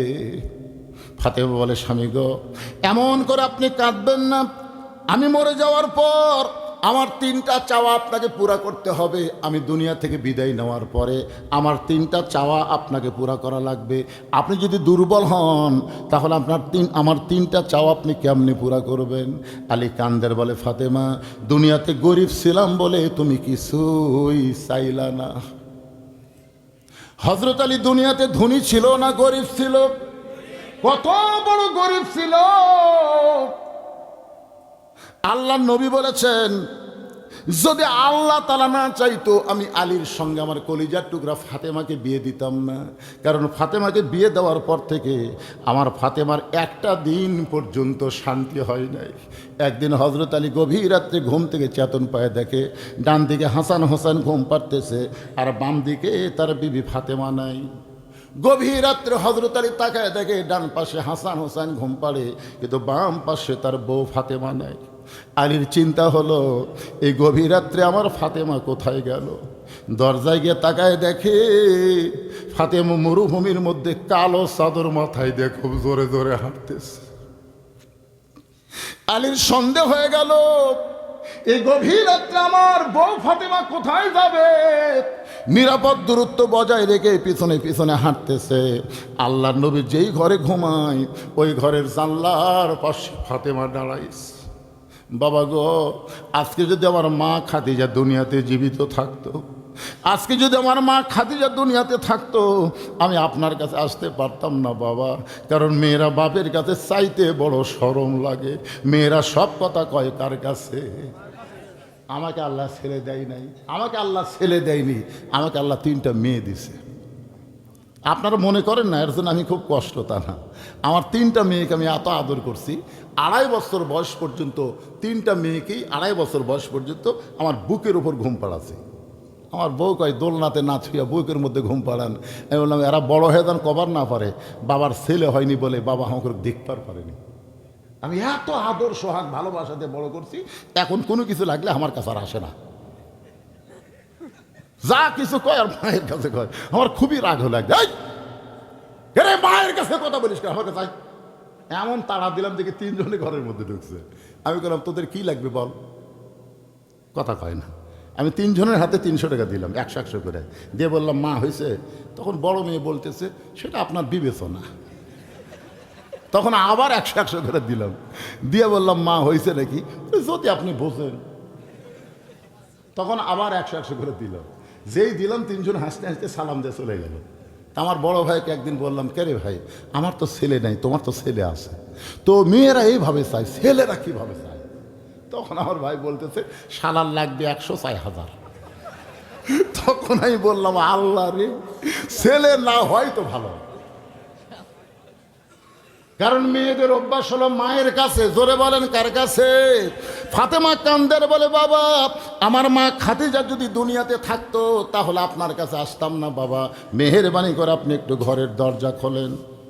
গভীর রাত্রে আল্লাহ নবী ঘরের দরজা খুলে দিল। যেই মাত্র ফাতেমা ঘরের মধ্যে, সঙ্গে সঙ্গে হযরত আলী দৌড়ে জানলার কাছে এসে কানটা লাগায় শুনতে চায় বাপ মেয়ের মধ্যে কি এমন গোপন গল্প হয়। ফাতেমা বলতেছে বাবা মেহেরবানি করে একটু বাতি জ্বলান বাবা, একটু ঘরে বাতি জ্বলান। আল্লাহ রাসূল বলে ফাতেমা কি বলবি বল, বাতি জ্বলান লাগবে না। ফাতেমা বলতেছে বাবা বহুদিন বলেছি কিন্তু বলে কোনো কাজ হয়নি বাবা, আজকে একটু মেহেরবানি করে ঘরে বাতি জ্বলান। আল্লাহ নবী যখন ঘরের মধ্যে বাতি জ্বলাইছে, সঙ্গে সঙ্গে ফাতেমা দুইটা হাত এইভাবে নবীর সামনে বেড়ে দিয়েছে। নেওয়ার জন্য এভাবে হাত পাতাইতো, কিন্তু হাত দুইটা যখন এভাবে বাড়াইছে, রাসূল বাতির আলোতে তাকায় দেখে ফাতেমার দুইটা হাত গোশতের টুকরার মতন হয়ে গেছে। হাতের তালু আছে কিন্তু চামড়া নাই। দুইটা হাত গোশতের টুকরার মতন দেখে রহমাতুল লিল আলামিন নবী, তিনি শুধু নবী না একজন বাবা, মেয়ের হাতের দিকে তাকায় বলে মা তুই দুইটা হাত আমারে কেন দেখাস মা? ফাতেমা বলে বাবা এই দুইটা হাত যদি আমার স্বামী দেখতে পায় বড় কষ্ট পাবে, খাওয়া দাওয়া বন্ধ করে দিবে। আমার হাসান হোসেন যদি দেখতে পায় ওরা দুই ভাই কাঁদতে কাঁদতে কোনো দূরে চলে যাবে বাবা। আমার দুইটা হাত দুনিয়ার কাউরে দেখায়নি বাবা, আজকে গভীর রাত্রে আপনার কাছে আইছি, আপনি আমার হাতের দিকে তাকায় মাত্র 3টা দিনের জন্যে একটু খাবার ব্যবস্থা করেন বাবা। 3টা দিন হাতটা লুকে লুকে আমি তাদের সামনে খাবার দেব। 3টা দিন পরে যখন হাতটা ভালো হয়ে যাবে আপনার দেওয়া জাঁতা আমি আবার ঘুরাবো বাবা, আবার জবের হাঁটা আবার গমের হাঁটা আমি করবো বাবা। হযরত আলী এক দৌড় মারছে। এমন গরিব ছিলেন দুনিয়ার জীবনে কিছুই দিবার পারি নাই, মরার পরে তুমি কি চাইবা ফাতেমা, তুমি কি চাও? ফাতেমা বলে স্বামী গো আমার 1 নম্বর চাও হলো আমি যখন মরে যাব রাতের বেলা মরছি, দিনের বেলায় আমার কবর দিবেন না, রাতের অন্ধকারে আমাকে দাফন করবেন, আমার কবরের খবর যেন দুনিয়ার কোনো মানুষ না জানতে পারে, কারণ আমি পর্দানিশী। আমার কবর দেখে আন্দাজ করে ফাতেমা লম্বা কত মানুষ জানবে, আমার পর্দার খেলাফ হয়ে যাবে। আমার 2 নম্বর চাওয়া হলো আমার কোনো জানাজার ব্যবস্থা করবেন না। মেয়ে মানুষের জানাজায় 20 লক্ষ মানুষ হয় এটা অহংকার না, মেয়ে মানুষের জানাজায় কম পুরুষ মানুষ হয় এটাই হলো অহংকার। ধরে কোন কথা ঠিক কি না? একটু মনোযোগ দিয়ে শোনেন। ফাতেমা বললেন যিনি হচ্ছেন জান্নাতি নারীদের নেত্রী, কোন দেশের প্রধানমন্ত্রী না, নেত্রী না, যাকে বলা হয়েছে সাইদাতুন নিসাই আহলুল জান্নাহ ফাতেমাতুজ জোহরা, ধরে কান সুবহানাল্লাহ। সেই ফাতেমা বলতেছে আমার জানাজার কোনো ব্যবস্থা করবেন না, আমার জানাজা করবেন কিন্তু জানাজার ব্যবস্থা করবেন না। আলী বলে ফাতেমা তুমি নবীর কলিজার টুকরা, তোমার মৃত্যুর খবর শুনলে হাজার হাজার মানুষ তোমার জন্য দোয়া করবে। ফাতেমা বলতেছে কোনো দরকার নাই, লক্ষ মানুষ যদি বলে ফাতেমা ভালো আর আপনি যদি বলেন আমার ফাতেমা ভালো না, ওই লক্ষ মানুষের দোয়া দিয়ে ফাতেমার 1 তিল পরিমাণ লাভ হবে না। আর দুনিয়ার তামাম মানুষ যদি বলে ফাতেমা খারাপ আর আপনি যদি বলেন আমার বউ ফাতেমা ভালো, স্বামীর সার্টিফিকেটে ফাতেমার জন্য আল্লাহ 8টা জান্নাতের দরজা খুলে দিল। এখন আপনাদের কাছে আমার জানতে চাওয়া বউ ভালো হওয়া লাগবে কার কাছে? জোরে বলেন কার কাছে? কিন্তু আমাদের গুলা লব উল্টা বলে খালি তুমি আমাকে দেখবার পারো না, গোটা পাড়া খুঁজে দেখো আমার বিরুদ্ধে কেউ নাই। ও মায়েরা গোটা পাড়ার লোক আপনাকে ভালো বললে আপনি ভালো না, আপনার স্বামী যদি ভালো কয় তাহলে ফাতেমার সঙ্গে আল্লাহ আপনাকে জান্নাত দিয়া দিবে। ফাতেমা বলে স্বামী গো আমার 3 নম্বর চাও হলো আমার লাশটা খাটনিতে তুলবেন না, কারণ আমি ফাতেমা হিসাব করে দেখলাম এই মুহূর্তে আমার খাটনি কান্দে নেওয়ার 4 জন পুরুষ দুনিয়াতে নেই। এখান থেকে ফতুয়া হলো একটা মেয়ে মানুষ মারা গেলে তিনি কান্দে নিবার পারবে না, কান্দে নিবার গেলে যাদের সঙ্গে বিবাহ বসা হারাম তারাই শুধু কান্দে নিবার পারবে, তিনি কান্দে নিবার পারবি। আচ্ছা বলেন তো মুরিদের বউ যদি মরে পীর সাহেব কান্দলে পারবি? জোরে কর না কেন? হ্যাঁ, এই জন্য আমি প্রত্যেক ওয়াজে বলি, তিনটা জিনিস আপনারা খেয়াল করে দেখবেন। বড় ডাক্তারের বইয়ের কোনো দিন সিজার লাগে না। বড় বড় ডাক্তার এরা জানে সিজার করলে মায়ের ক্ষতি, বাচ্চার ক্ষতি, এই জন্য বড় বড় ডাক্তারের বইয়ের সিজার লাগে না। 2 নম্বর হলো মৌলবীর বাড়িতে কোনো দিন মিলাদ লাগে না। আমি দেখছি আমাদের এলাকার কোনো মৌলবীর বাড়িতে মিলাদ হয় না, এরা পরের বাড়িতে পড়ায় কিন্তু নিজের বাড়িতে হয় না। আর 3 নম্বর জিনিসটা খেয়াল করবেন, পীরের বউ কোনো দিন মুরিদ হয় না। কারণ পীরের বউ জানে আমার পীর সাহেব মাঝে মধ্যে মুরিদের বইয়ের দিকে চোখ মারে, এ লুচ্চার হাতে কে মুরিদ হইবে। কিন্তু দুনিয়াতে একজনই বউ হইয়া বিশ্ব নবীকে নবী বলে স্বীকার করেছে, ধরে কর না সুবহানাল্লাহ, যার নাম হলো খাদিজাতুল কুবরা। সর্বপ্রথম নবীকে নবী বলে স্বীকার করছে কে? খাদিজা। এই জন্যে অন্ধভাবে সবাইকে মানা যাবে না, অন্ধভাবে একজনকেই শুধু মানতে হবে, তিনি হলেন আমাদের নবী। 42 বছর হলে ওয়াজ করতেছে, আমার বয়স, ওয়াজের বয়সে 42। একদিন বউকে 1000 টাকা হাতত দিয়ে বললাম, খালি একবার হুজুর কত দেখি, তোমার মুখে হুজুর শুনতে কেমন লাগে? বউ খালি মুচকে মুচকে হাসে। টাকা এই নতুন যে 1000 টাকা লোট বাড়াছে, টাকা হাতত দিয়ে খালি মুচকে মুচকে হাসে। হাসো কেবারে হুজুর কহ। কয় যে জনগণ আপনাকে চিনে না তো, তাই হুজুর কয়। কিন্তু আমি তো আপনাকে চিনি গো, হুজুর কি এতই সোজা? সেই দিন বুঝেছি ভাই, বইয়ের কাছে পীর সাহেব হওয়া, হুজুর হওয়া খুবই কঠিন। আর সেই বইয়ের কাছে সর্বোত্তম নবী কে হয়েছে? আমাদের নবী। এই জন্য আল্লাহ বলেছেন, লাকাদ কানা লাকুম ফি রাসূলিল্লাহি উসওয়াতুন হাসানা। জোরে বলেন মারহাবা। একটু মনোযোগ দিয়ে শোনেন। ফাতেমা বলতেছে, আমার বাবা যদি আজকে দুনিয়াতে জীবিত থাকতো, মরা মেয়ের লাশের খাটনি বাবা কান্দে নিবার পারত, কিন্তু 6 মাস আগে আমার বাবা দুনিয়া থেকে বিদায় নিয়েছে। আমার হাসান হোসেন যদি বড় হইতো, মায়ের লাশের খাটনি কান্দে নিবার পারত, কিন্তু এরা এত ছোট, এরা কান্দে নিবার পারবে না। ওই জান্নাতুল বাকির পূর্ব কোণায় সবুজ রঙের একটা বাতি জ্বলবে, ওই বাতি বরাবর আমাকে দাফন করবেন। আমার কবর খুঁড়তে যদি আপনার কষ্ট হয়, তাহলে আপনার একান্ত বন্ধু যদি কেউ থাকে দুনিয়ায়, আমরা সবাই জানি আবু জার গিফারি ওই কবর খুঁড়ে দিল। কবর খুঁড়তে খুঁড়তে ভয়ানক একটা কাণ্ড ঘটে গেছে ভাইজান। যাই হোক না কেন, যেটা আপনাদের বুঝাবার চাইছি, আমার মা বোনেরা পর্দার অন্তরালে বসে যারা আছেন, তাহলে আপনারা কি বুঝলেন? পুরুষ মানুষের জন্যে 1 নম্বর নেক আমল হলো নামাজ, আর নারীদের 1 নম্বর নেক আমলের নাম কি?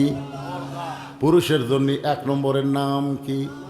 এই নামাজ কিন্তু ওয়াজ দেওয়া হবে না। এই নামাজ কায়েমের জন্যে আল্লাহর কোরআনের আমাদের দল করা লাগবে। জোরে কোন কথা ঠিক কি না? আল্লাহ বলেছেন, আল্লাযীনা ইম্মাক্কান্নাহুম ফিল আরদ। মুসলমানের মধ্যে কাউকে যখন ক্ষমতার চেয়ার দেওয়া হবে, আসলে ক্ষমতার মালিক কে? আরো জোরে। 5-20 চাষটলে গল্প করতেছে, আওয়ামী লীগ ক্ষমতায় ছিল, আগামীতে বিএনপি ক্ষমতাতে আসতেছে আমার এলাকায়। 2-3 বার এই কথা শোনার পরে আমি বললাম, নাউজুবিল্লাহ নাউজুবিল্লাহ। তখন একজন আসে, কয় হুজুর নাউজুবিল্লাহ কেন? আমি বললাম, পাগলা, ক্ষমতা আওয়ামী লীগও ছিল না, বিএনপি তো আসবি না। তোর একজন কয়, হুজুর তাহলে ক্ষমতা কে আসবি? ওই মনে করছে জামান, বুঝলেন, ওই সেই খেপা। আমি বললাম, পাগলা, তাহলে একটা আয়াত কই শোন। তো ইজ্জু মান তাশা অতুযিল্লু মান তাশা বিয়াদিকাল খায়র ইন্নাকা আলা কুল্লি শাইইন কাদির।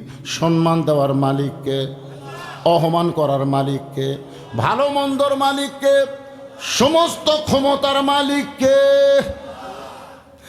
আল্লাহ ক্ষমতা দেয়, যেমন হাসিনাকে আল্লাহ ক্ষমতা দিছিল। কি দিছিল না? কিভাবে নিল? ওই যে 5 তলা বিল্ডিংয়ের ওপরে 1.5 লাখ টাকার খাট আর 12,000 টাকার কম্বল গাওয়ার দেয়। রাত 9টার সময় বলতেছে, আমার বাড়ি আমার ঘর, আমাক নামাইকে। এই কয়ে বেটা ঘুমাচ্ছে। 2 কান্দের ফেরেস্তা বলতেছে, আল্লাহ ই তো ঘুমের আগে দোয়া পড়লো না। আল্লাহুম্মা বিইসমিক আমু তো আহিয়া, দোয়া না পড়ে ই যে কইল আমার বাড়ি আমার ঘর, আমাক নামাইকে। আল্লাহ বলতে, ঠিক আছে। রাত 3টার সময় একটা ভূমিকম্প। জোরে কোন কি কম্প? খালি বিল্ডিং একটু কাঁপে উঠছে, ওই এত ফোর্সে নামছে। ওর যে কম্বলের মধ্যে লুঙ্গি খোলা আছে ভাই, এই লুঙ্গিটাও পরার টাইম পায়নি। মানে এত সুন্দর করে ভাতটা পাক করে থোছে। ধরে কোন কথা ঠিক ছিল। লুঙ্গি পরার টাইম পাইনি, ন্যাংটা হয়ে নামছে। ফেরেশতাকে আল্লাহ নামাইলা, তাই বলে ন্যাংটা করে নামালে। আল্লাহ বলে ক্ষমতা পাওয়ার পরে যারা 41 সাল স্বপ্নে দেখে, 24 সালে আল্লাহ তাদেরকে ন্যাংটা করে নামাবার পারে। তাই ক্ষমতার অহংকার করিস না রে, এই ক্ষমতার অহংকার করিস না। ক্ষমতা আল্লাহ দিবি, আবার ন্যাংটা করেও কেড়ে দিবি। তোর কথা কর না কেন, কথা কর না কেন? ক্ষমতার মালিক কোনো দল না, ক্ষমতার মালিক হলো আল্লাহ। ধরে যান ক্ষমতার মালিককে। আল্লাহ যখন কোনো মুসলমানের মধ্যে কাউকে ক্ষমতা দিবে, তার 1 নম্বর দায়িত্ব কি? 1 নম্বর দায়িত্ব হলো পদ্মা সেতু। কি হচ্ছে কি হচ্ছে? দেখেন তো ভলেন্টিয়াররা দেখেন, কেবল 11:30 বাজতেছে। কি চলবে? বিরক্ত হচ্ছেন? সূরা আসরের 2 নম্বর বিষয় চলতেছে, 3 নম্বর অর্থাৎ সবেল হকের ওয়াজ বোঝেন আপনারা? খালি সারা রাত চলবি না রে পাগলা, চলা পর্যন্ত চলবি। ধরে কোন কথা ঠিক কিনা? একটু মনোযোগ দিয়ে শুনবেন। সমস্ত ক্ষমতার মালিক কে? আল্লাহ যদি কাউকে ক্ষমতা দেয়, তার 1 নম্বর দায়িত্ব হলো পর্দা সেতু নির্মাণ করা। 1 নম্বর দায়িত্ব মডেল মসজিদ নির্মাণ করা। এইটা মডেল মসজিদের সাইজ ভাই। আসার সময় খেতলালে দেখলাম আসরের সময় 5-6 জন, 5-6 জন মানুষ মডেল মসজিদ নামাজ পড়তেছে। তার মানে মডেল মসজিদ নির্মাণ করা না, 1 নম্বর দায়িত্ব হলো আকামুস সালাত, নামাজ কায়েম করা। ওয়াজ দিয়া নামাজ হবে, ওয়াজ দেওয়া হবে। যদি সরকার ঘোষণা করে 5 ওয়াক্ত নামাজ, মুসলমান দাবি করার পরে কেউ যদি না পড়ে, পাছার কাপড় তুলে 5টা করে বাড়ি, প্রতি ওয়াক্ত 5টা করে বাড়ি, 200 টাকা জরিমানা। উই নামাজ পড়বি না, ওর বাপও পর্যন্ত পড়ে। কথা কন না কেন ভাইজান? এই শেলমেলা ওয়াজ দিয়ে কাম হবে না তো। নামাজ না পড়লে, আমার এলাকার এক লোক সৌদি আরবে চাকরি করে গেছে দাম্মামত। ভাই একদিন আমি নামাজের সময় আমার ঘরের মধ্যে শুয়ে আছি, ইতিমধ্যে কে যেন খবর দিছে যে মুসলমান একটা ঘরের মধ্যে শুতে আসে। পুলিশ যে কিভাবে জানলো, আসে আমার তুলে লিয়ে গেল ঘরের মধ্যে, কাপড় খুলে, প্যান্ট খুলে, বুঝলেন, পাশার উপর হয়। আমি সেদিন কান ধরে তওবা করছি, ওযু করে হোক আর না করে হোক নামাজ আমি পড়বই। আগে নামাজটা যদি ধরে, আল্লাহ কোরআনে বলেছেন ইন্নাস সালাতা তানহা আনিল ফাহশাই ওয়াল মুনকার। একমাত্র নামাজই পারে মানুষকে যাবতীয় বেহুদা এবং খারাপ কাজ থেকে বাঁচাই দিতে। আমাদের ছেলেদের হাতে যদি মোবাইল থাকে কোনো সমস্যা নাই, এরা যদি 5 ওয়াক্ত নামাজ পড়ে, তাহলে অশ্লীল দেখতে গেলে এদের ঈমান বলবে কেউ না দেখলেও আমার আল্লাহ দেখতেছে। ফালিয়াবুদু রব্ব হাযাল বাইত আল্লাযী আত'আমাহুম মিন জু'ইন ওয়া আমানাহুম মিন খাউফ। ওই ঘরের মালিকের যদি তোমরা গোলামি করো, নামাজ পড়ো, তোমাদের সাথে সাথে 2টা পুরস্কার দেওয়া হবে। ধরে কোন কয়টা? 1 নম্বর পুরস্কার হলো রেজেকের কোনো পেরেশানি থাকবে না। ওই ভারতের চিনি, ভারতের আলু, ভারতের পেঁয়াজ তোমাদের লাগবে না। তোমাদের দেশের মধ্যে যে আবাদ হবে, এইটাই তোমাদের রেজেকের ব্যবস্থা আল্লাহর পক্ষ থেকে করে দেওয়া হবে।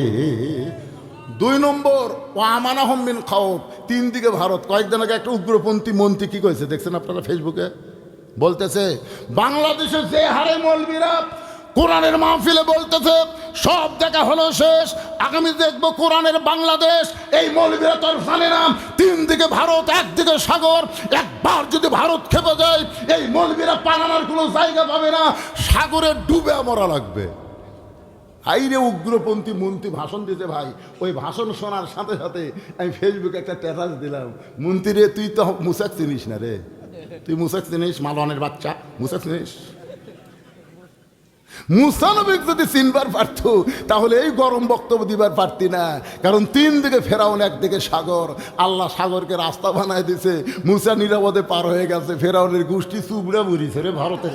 মালওয়ানের বাচ্চারা তোরাও চুবড়া বুড়বো। তোরা মনে করছিস আমাকে হাতে বোম আছে, মার মার। আমাদের জাতির বিদার জন্য যদি নমরুদের চুলা আল্লাহ শান্তির বাগান বানাবার পরে, আমরা তো তারই সন্তান। ধরে কথা ঠিক কিনা? মার। মা বোম মার। আমার এই ওয়াজটা কিন্তু ভারতে গেছে, কারণ আমার ওয়াজ তো গোটা পৃথিবী চলে। ভারতের হিন্দুরা কই ওরে বাবা রে, আমি কইছি মার বোম মার। আচ্ছা নমরুদের চুলে যদি আল্লাহ শান্তির বাগান বানার পারে, বোমক আল্লাহ কিছু করে পারবে না? মনে করেন আপনাদের এই নওগাঁ বদল গেছে তো একটা বোম পড়ছে, কিন্তু আল্লাহ বলতে তো ফুটিস না। তখন বোম বলতেছে আল্লাহ ফুটপার তখন নিষেধ করলেন, তাহলে এত বড় হয়ে কি পড়ে থাকে আমার লাভ কি? তো বোম বলবে কি চাস, ইসব বিহুলাহু মাহফিজ সামাওয়াতে ওলা। বোম বলবে আল্লাহ আপনি একটা কিছু করে দেন, তার সলপল খাবার পাবে। তখন আল্লাহ ওই বিশাল বমক মিষ্টি তরমুজ বানিয়ে দিয়েছে, বুঝলেন? তেল আকার সলপল পাথর দেয় করে এত বড় তরমুজ পড়ে আছে। ওরা আবার দাও খুন্তি যা যা আসলো কাছি টাছি লিয়ে তরমুজ কাটতেছে। ওরা দূর থেকে অনুবেক্ষণ দূরবীন যন্ত্র দেখতেছে, ওরে বাবারে আমাকে রে বোম ওরা কাটিয়ে খায়। আরে মালওয়ানের নেংটির বাচ্চা জানিস না রে, কি মনে করতেছেন? ফালিয়াবুদু রাব্ব হাযাল বাইত আল্লাযী আতামাহুম মিন জু'ইন ওয়া আমানাহুম মিন খাউফ। তাহলে নামাজ যখন কায়েম হয়ে যাবে, এই বাংলাদেশ একমাত্র আল্লাহ ছাড়া অন্য কারো ভয় করবে? রিজিক দেওয়ার মালিককে আরো জোরে জোরসে বলুন, পারে না? রিজিক দিয়ে আল্লাহ দেখায়নি? হাই রে আলু ভাই ভারত দেওয়া লাগবে। সমস্ত আলুওয়ালা কয় এত আলু হুজুর, এত আলু হুজুর। এই জন্য একটু মনোযোগ দিয়ে শুনবেন। সূরা আসর 3 নম্বর বিষয় হলো তাওয়াসাউ বিল হক। হক কথা বলতে হবে, হক পথে চলতে হবে। প্রয়োজনে হকের জন্য জীবন দেওয়া লাগতে পারে, তারপর আমরা হক থেকে বিচ্যুত হব। এই বাংলাদেশে আল্লামা সাইদি হুজুর, এদিকে তাকাও, আল্লামা সাইদি হুজুর যে হক কথাগুলো বলছে, আমাদের সমস্ত বক্তাদের ওয়াজ যদি এক পাল্লায় দেওয়া হয় আর সাইদি হুজুরের ওয়াজ যদি আর এক পাল্লায় দেওয়া হয়, আপনারা বলেন তো কার ওয়াজের ওজন বেশি হবে? আমাকে ওয়াজ আওয়াজ আর কি ওয়াজ করছে পারে? যে ওয়াজ করার কারণে, কোরআনের হক তাফসীর করার কারণে অন্যায়ভাবে তাকে 13 বছর জেলখানায় বন্দি রাখলো, অন্যায়ভাবে। আপনারা বলেন তো সাইদি হুজুর রাজাকার? সাইদি হুজুর মানুষ খুন করছে, সাইদি হুজুর নারী নির্যাতন করছে, সাইদি হুজুর মানুষের বাড়ি পুড়ে দিছে, এইরকম মিথ্যা কেস দিয়ে তাকে জেলখানায় বন্দি করলো। অথচ আল্লাহ কোরআনে তদন্ত করে বলতেছে ইন্নামা ইয়াখশাল্লাহ মিন ইবাদিহিল উলামা। বান্দা সমূহের মধ্যে আলেম বান্দারাই আল্লাহকে সবচাইতে বেশি ভয় করে। আপনারা বলেন যে সাইদি হুজুরকে ছোট আলেম না বড় আলেম? তাহলে আল্লাহর কোরআনের তদন্ত হিসাবে কি কয়, আর এই শালি হাসিনা কি কয়? না না, ওই কি কয়ে অন্যায়ভাবে লোকটাকে জেলখানার মধ্যে বন্দি রাখলো। আমরা দোয়া করলাম আল্লাহ কোরআনের পাখিকে তুমি হেফাজত করো। আমাকে দোয়া আল্লাহ কবুল করে জেলখানার মধ্যে হুজুরের যার চেহারা বুঝলেন, যেদিন বের করলো হাসপাতাল নিয়ে যাওয়ার জন্যে, মাইক্রো থেকে পাওয়া নামায় একটা হাসি দিয়েছিল, সে হাসি দেখছেন আপনারা? এই হাসি দুনিয়ার কোনো হাসি নয়, এই হাসি হলো জান্নাতের হাসি। দুনিয়ার মুসলমানেরা হুজুরের হাসি দেখেছে, সেই হুজুরকে জেলখানা থেকে হাসপাতাল নিয়ে গেল শুধু হক কথা বলার অপরাধে। তাকে স্লো পয়জন ইনজেকশন করে হত্যা করে দিল। আগস্ট মাসে হুজুরকে হত্যা করলো। আমরা সমস্ত বাংলার মুসলমান যারা কোরআনকে ভালোবাসি, যারা হককে ভালোবাসি, তারা তাহাজ্জুদের নামাজ পড়ে আল্লাহকে বললাম, আল্লাহ এই জজ court, high court, supreme court Hasina দখল করছে, আল্লাহ এই কোর্টে আমাদের কোনো বিচার হবে না, আল্লাহ তোমার আদালতে বিচার দিলাম। আল্লাহ এমন কোরআনের পাখিকে হকের পথে থাকার কারণে অন্যায়ভাবে হত্যা করলো, তুমি এর বিচার করো আল্লাহ। আগস্ট মাসে আমরা বিচার দিলাম, পরের আগস্ট আসা মাত্র আল্লাহ তাআলা আমাদের দোয়া কবুল করে ওই ব্যাহককে বাংলাদেশ থেকে তাড়ায় দিছে। ধরে কোন কথা ঠিক কি না? কুল জাল হক ওয়া যাহাকাল বাতিল ইন্নাল বাতিলা কানা যাহুকা। আল্লাহু আকবার। হক পথে চলতে হবে, হক কথা বলতে হবে। হকের উপর যদি মৃত্যু হয় অসুবিধা আছে? মরা তো লাগবেই রে ভাই। এখান থেকে বাড়ি যাওয়ার গ্যারান্টি দেওয়ার মরদকে বলেন না, ধুর আমার বাড়ি সবচাইতে কাছে, আমি বাড়িতে যাবার পারবই, এই গ্যারান্টি যদি দিবার না পারেন তাহলে মরা লাগবে। এই বিশ্বাস অন্তর আনলে কি হয়? কি হয়ে মরব? আল্লাহ বলেছে লা তামুতুন্না ইল্লা ওয়া আনতুম মুসলিমুন, মুসলমান নহে তোমরা মৃত্যুবরণ করো না। সূরা আসর 4 নম্বর বিষয় হলো অতাওয়াসাউ বিল হক অতাওয়াসাউ বিস সবর, ধৈর্য ধারণ করা লাগবে। নানা রকম বিপদ আপদ মুসিবত আসবে, এর মধ্যেও আমাদের ধৈর্য নিয়ে মোকাবেলা করা লাগবে। আপনার শোনেন মনোযোগ দিয়ে, যে মায়ের কোনোদিনও বাচ্চা হয় না, বিয়ে হওয়ার পরে এবার প্রথম বাচ্চা হবে, আপনার বলেন তো ওই মায়ের ধৈর্যের দরকার আছে না নাই? সবাই তো জানে মায়ের পায়ের তলে সন্তানের জান্নাত। এই যে কী গজল শুনলেন, 23 সালের 25 ডিসেম্বর আমার মা মারা গেছে, 18 সালের 3রা জুলাই আমার বাবা মারা গেছে। যখন ছেলেটা গান গাইলো আমার চোখ দিয়ে অনায়াসে পানি চলে আসলো। আরে কি বলবো প্রসবের কথা, মা বিনে সেই ব্যথা কেউ তো বুঝিবে না। মাজন ঠেকিয়া সন্তানের দায়, অকালে মা মারা যায়, কেন সে মায়ের ভক্তি করো না। এমন দরদি ভবে কেউ হবে না আমার মা গো। কিন্তু ভাইজান বাচ্চা তো লিচ্ছে, জানে না তো প্রসব ব্যথা। যেদিন বাচ্চা হবে ওরে বাবারে প্রসব ব্যথায় চিল্লাচ্ছে, আর বলে মরে যাবো, বিষ খামো, গলার দড়ি দেবো, এই জীবন রাখবো না। দাদি নিনি দৌড়ে আসে, কি বলিস? বাঁচবো না দাদি, যে ব্যথা হচ্ছে এই কষ্ট সহ্য করে বাড়তি বিষ দাও তো, গলার দড়ি দেবো। দাদি নিনি কয় পাগলি, তোর পায়ের তলে সন্তানের জান্নাত, অধৈর্য হলে হবি। অতাওয়াসাউ বিস সবর, ধৈর্য ধর। জোর করে ঘরত লিয়ে যায় বিছনা শোয়া, ঠান্ডা পানির মধ্যে নরম কাপড় চুবড়ায় কপালে দিয়ে বলতেছে ধৈর্য ধর, অতাওয়াসাউ বিস সবর, ধৈর্য ধর। যখনই ব্যথার কারণে চিল্লা চিল্লি করে, দাদি নানি বলে রাস্তার ধারত বাড়ি, তুই যদি চিল্লা চিল্লি করিস রাস্তাতে মানুষ যাবি আর কি। ওই বাড়ির একটা মেয়ে মানুষ বাচ্চা হওয়ার সময় তা জ্ঞান গেল, ভাই তোর কি স্মরণ নাই? ধৈর্য ধর, দাঁতের উপর দাঁত দে। অতাওয়াসাউ বিস সবর, ধৈর্য ধর, দাঁতের উপর দাঁত দে। যখন করতেছে এমন সময় দাদি ধাই মাকে বলেছে মা টান। যেই টান মারছে বিষের জ্বালায় বেহুশ হয়ে গেছে। বাচ্চা জন্ম হলো, বাচ্চাকে গোসল করানোর পরে ওই বাচ্চা যখন মায়ের বুকে দেয়, বাচ্চার দেহের পরশে মা হুঁশ ফিরে পায়। মা যেই মাত্র হুঁশ ফিরে গেছে, ওর যে প্রসব ব্যথা হলো, এত কষ্ট হলো, ওইটার একটু খেয়াল নাই। বাচ্চাকে বুকের কাছে নিয়ে মুখের মধ্যে নিয়ে জিব্বা বের করে চুমা খায়। দাদি নানি তিরস্কার বলে ফেলে দে, এরে ফেলে দে, লাগতে মারা ফেলে দে, এর জন্যই তো গলার দড়ি দিবার চাইলি, এর জন্যই বিষ খাবার চাইলি, একেবারে এমন আদর সোহাগ কেন করতেছিস? মা তখন বলে দাদি ব্যথার পরে এমন শান্তি এটা আমি আগে বুঝতে পারি নাই। এ বাচ্চা যখন বুকে নিলাম তখন আমি সব কষ্ট ভুলে গেলাম। এই বাংলাদেশে বহু ভালো মানুষকে ফাঁসি দেওয়া হয়েছে, এই বাংলাদেশে বহু ভালো মানুষকে গুম করা হয়েছে, এই বাংলাদেশে বহু ভালো মানুষকে জেলের মধ্যে ঢুকাইছে, এই বাংলাদেশে আমার মতন মৌলানা 9 বার জেলত গেল। এই বাংলাদেশে আমরা বাড়ির থাকতে পারি নাই, আমরা আলুর বাগুড়ের মধ্যে ঘুম পাড়ছি। ভাই কত কষ্ট সহ্য করেছি। মা যেমন কষ্ট সহ্য করে প্রসব ব্যথা সহ্য করেছে, এরপরে বাচ্চা যখন বুকে পাইছে মা সব ব্যথা ভুলে যায়। আমরা সব কষ্ট ভুলে যাব, একটাও কষ্ট আমাদের অন্তরে থাকবে না। যেদিন আল্লাহর কোরআন দেয়া বাংলাদেশ চলবে আর কলেমার পতাকা পথ পথ করে আকাশে উড়বে, আমরা সব কষ্ট ভুলে যাব, ফাঁসির কথা ভুলে যাব, গুম করার কথা ভুলে যাব, নির্যাতনের কথা ভুলে যাব। মা যেমন সন্তান বুকে পায় সব কথা ভুলে যায়, আমরা আল্লাহর কোরআনের রাষ্ট্র দেখে আমরা সব ভুলে যাবার চাই। আল্লাহ যেন আমাদের সবাইকে এই তৌফিক দান করে। সকলে বলি আল্লাহুম্মা আমিন। সবাই ইস্তেগফার পড়েন। আস্তাগফিরুল্লাহ রাব্বি মিন কুল্লি জামবি ওয়া আতুবু ইলাইহি, আস্তাগফিরুল্লাহ রাব্বি মিন কুল্লি জামবি ওয়া। এই শোনেন, একটা মোনাজাত হবে, লাভ দিয়ে ওঠেন কেন রে ভাই, বাড়ির যাওয়ার গ্যারান্টি নাই। আর দোয়া ও মুখুল ইবাদ, ইবাদতের মধ্যে দোয়া হলো মাথা রে। মাথা যদি না থাকে দেহের কোনো দাম আছে? এই যে ছেলেরা কষ্ট করে মেহনত করে এত সুন্দর আয়োজন করেছে, আপনার দীর্ঘ সময় পর্যন্ত শুনলেন, আর মোনাজাত না করে দৌড় মারতেছেন। বাড়ির যাওয়ার গ্যারান্টি দিতাম, রাস্তার মধ্যে তো আপনার কিছু হবি না, এই কথা কম।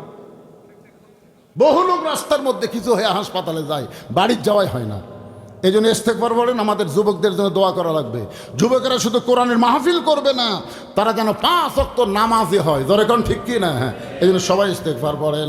আস্তাগফিরুল্লাহ রব্বি মিন কুল্লি জামবি ওয়া তুবু ইলাইহি লা হাওলা ওয়ালা কুওয়াতা ইল্লা বিল্লাহিল আলিয়্যিল আযীম। আল্লাহুম্মা সাল্লি আলা মুহাম্মদ, আল্লাহুম্মা বারিক আলা মুহাম্মদ। আজকের মাহফিলের সভাপতির দায়িত্বে কি আছিলেন? কিছু বলবেন? এটা কি বাবা? ও টাকা দিলেন না কিছু প্রশ্ন করলেন রে? একটা প্রশ্ন করছে, দেখেন তো সবার না একার। কম বয়সে বিয়ে করা সুন্নত, এই বিষয়ে বাবা মায়ের উদ্দেশ্যে কিছু বলেন। কে রে পাগলা, এত পরে আছো রে? 3টা বিষয়ে দেরি না করাই ভালো। একটা বিষয় হলো কোনো মানুষ মারা গেলে তাকে দাফন করতে দেরি করা যাবে না। 2 নম্বর হলো কোনো ঋণগ্রস্ত ব্যক্তি হাতে যদি টাকা পয়সা আসে ঋণ পরিশোধ করতে দেরি করা যাবে না। আর 3 নম্বর হলো ছেলে মেয়েদের যদি বিয়ের বয়স হয়, এটা কিন্তু সরকারি বয়স না, বিয়ের বয়স, বুঝতেছেন? সরকারি বয়স না, বিয়ের বয়স যখন হবে তখন বিয়ে দিতে দেরি করা যাবে না। আপনি চিন্তাই করবেন না বেকার আছে, এ আছে, সে আছে না, তাকে তাড়াতাড়ি বিয়ে দেবেন, আল্লাহ তাআলা রহমত বরকতের দরজা খুলে দেবে ইনশাল্লাহ। যদি বাপ মা দেরি করার কারণে ছেলে অকাম বদকাম করে, বাপ মারও দোষ হবে। এই জন্য আপনারা দেরি করবেন না। রেজেক দেওয়ার মালিককে আল্লাহ। ছেলে চরিত্রবান থাকবে, ভালো থাকবে, শরীরও ভালো থাকবে, স্বপ্ন দোষও হবি না, ওভারটেক করবি না। আল্লাহুম্মা আমিন। আল্লাহুম্মা আনতাস সালাম ওয়া মিনকাস সালাম তাবারাকতা ইয়া যাল জালালি ওয়াল ইকরাম। আয় আল্লাহ তাআলা, কঠিন শীতের ভিতরে তোমার হাজারো বান্দা বান্দিরা আরামের বাড়ি ঘুমকে বাদ দিয়া কোরআন হাদিসের মহব্বত কলিজার মধ্যে নিয়ে এই জান্নাতের বাগানে বসে বসে কোরআন হাদিসের আলোচনা শোনার শেষে আমি গুনাহগারের সঙ্গে রহমতের দরজায় ফকির হয়ে দোকানে হাত তুলেছি। আল্লাহ মেহেরবানি করে আজকের মাহফিল আমাদের সকলের হেদায়েতের জন্যে, নাজাতের জন্যে, জান্নাতের জন্যে কবুল করো। এই মাহফিলের শুরু থেকে শেষ পর্যন্ত যতটুকু আলোচনা হয়েছে আল্লাহ, এর মধ্যে যদি ত্রুটি হয়, ভুল হয়, মাফ করে দিও।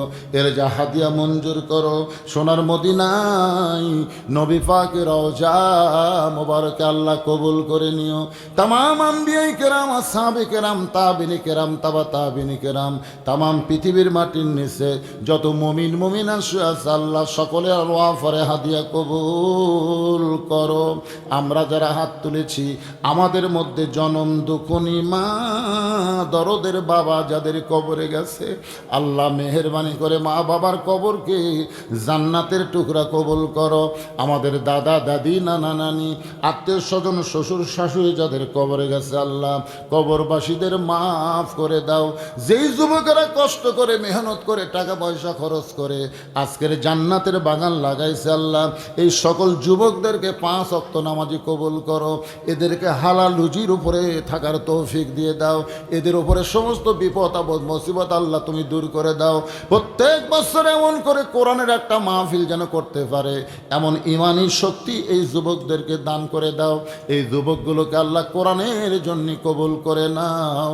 এই যুবকদেরকে যারা বুদ্ধি দেওয়া, পরামর্শ দেওয়া, অর্থ দেওয়া, সহযোগিতা করেছে আল্লাহ, তাদের সকলকে আবু বকর রাদিয়াল্লাহু আল্লাহর সঙ্গে জান্নাতি কবুল করো। আমি গুনাহগার বলে দোয়া ফিরাই দিও না। আজকের মাহফিলের সম্মানিত সভাপতি, সহসভাপতি, আজকের মাহফিল আলেম ওলামা, হাফেজকারী, ইমাম, মুয়াজ্জিন, হাজী সাহেব, মুরব্বী, যুবক, কচিকাঁচা, পর্দার অন্তরালের মা বোনেরা, যার 2 হাত পছন্দ করো, সেই 2 হাতের ওসিলায় আজকের মাহফিলকে কবুল করো। আল্লাহ আমি অসুস্থ, আল্লাহ আমার মতো অসুস্থ অবস্থায় যারা হাত তুলেছে সবাইকে সুস্থতার নিয়ামত দান করে দাও। যে কোরআন শুনলে মজা লাগে, যেই কোরআন শুনতে ভালো লাগে, সেই কোরআনের সমাজ, কোরআনের রাষ্ট্র একটা বারের জন্যে আমাদেরকে সকলকে দেখার তৌফিক দিয়ে দাও। আল্লাহ গোটা বিশ্বের মুসলমানকে আল্লাহ হেফাজত করো। আমার বাংলাদেশের সবাইকে মিলে মিশে একতাবদ্ধ হয়ে কোরআনের পক্ষে কাজ করার তৌফিক দাও আল্লাহ। আল্লাহ আমরা কোনো দলাদলি করব না, আমরা মিলেমিশে থাকতে চাই আল্লাহ। আমরা সবাই মুসলমান, ঘরে আগুন লাগলে সবাই দল করে না, দৌড়ে এসে আগুন নিভাই। কেউ মারা গেলে দল করে না, সবাই সে তার জন্য দোয়া করে। আমরা সবাই মিলেমিশে থাকতে চাই আল্লাহ। আমাদের কোনো দল নাই, আমরা সবাই মুসলমান আল্লাহ। আমাদেরকে মাফ করো, কবুল করো আল্লাহ। সুবহান রাব্বিকা রব্বিল ইজ্জাতি আম্মা ইয়াসিফুন ওয়া সালামুন আলাল মুরসালিন আলহামদুলিল্লাহি রাব্বিল আলামিন। ওয়াজাল আখিরাতি কালিমাতুনা ইনদাল মাউতি। সকলে পড়েন লা ইলাহা ইল্লাল্লাহু মুহাম্মাদুর রাসূলুল্লাহ। সকলে বলি সাল্লাল্লাহু আলাইহি ওয়াসাল্লাম।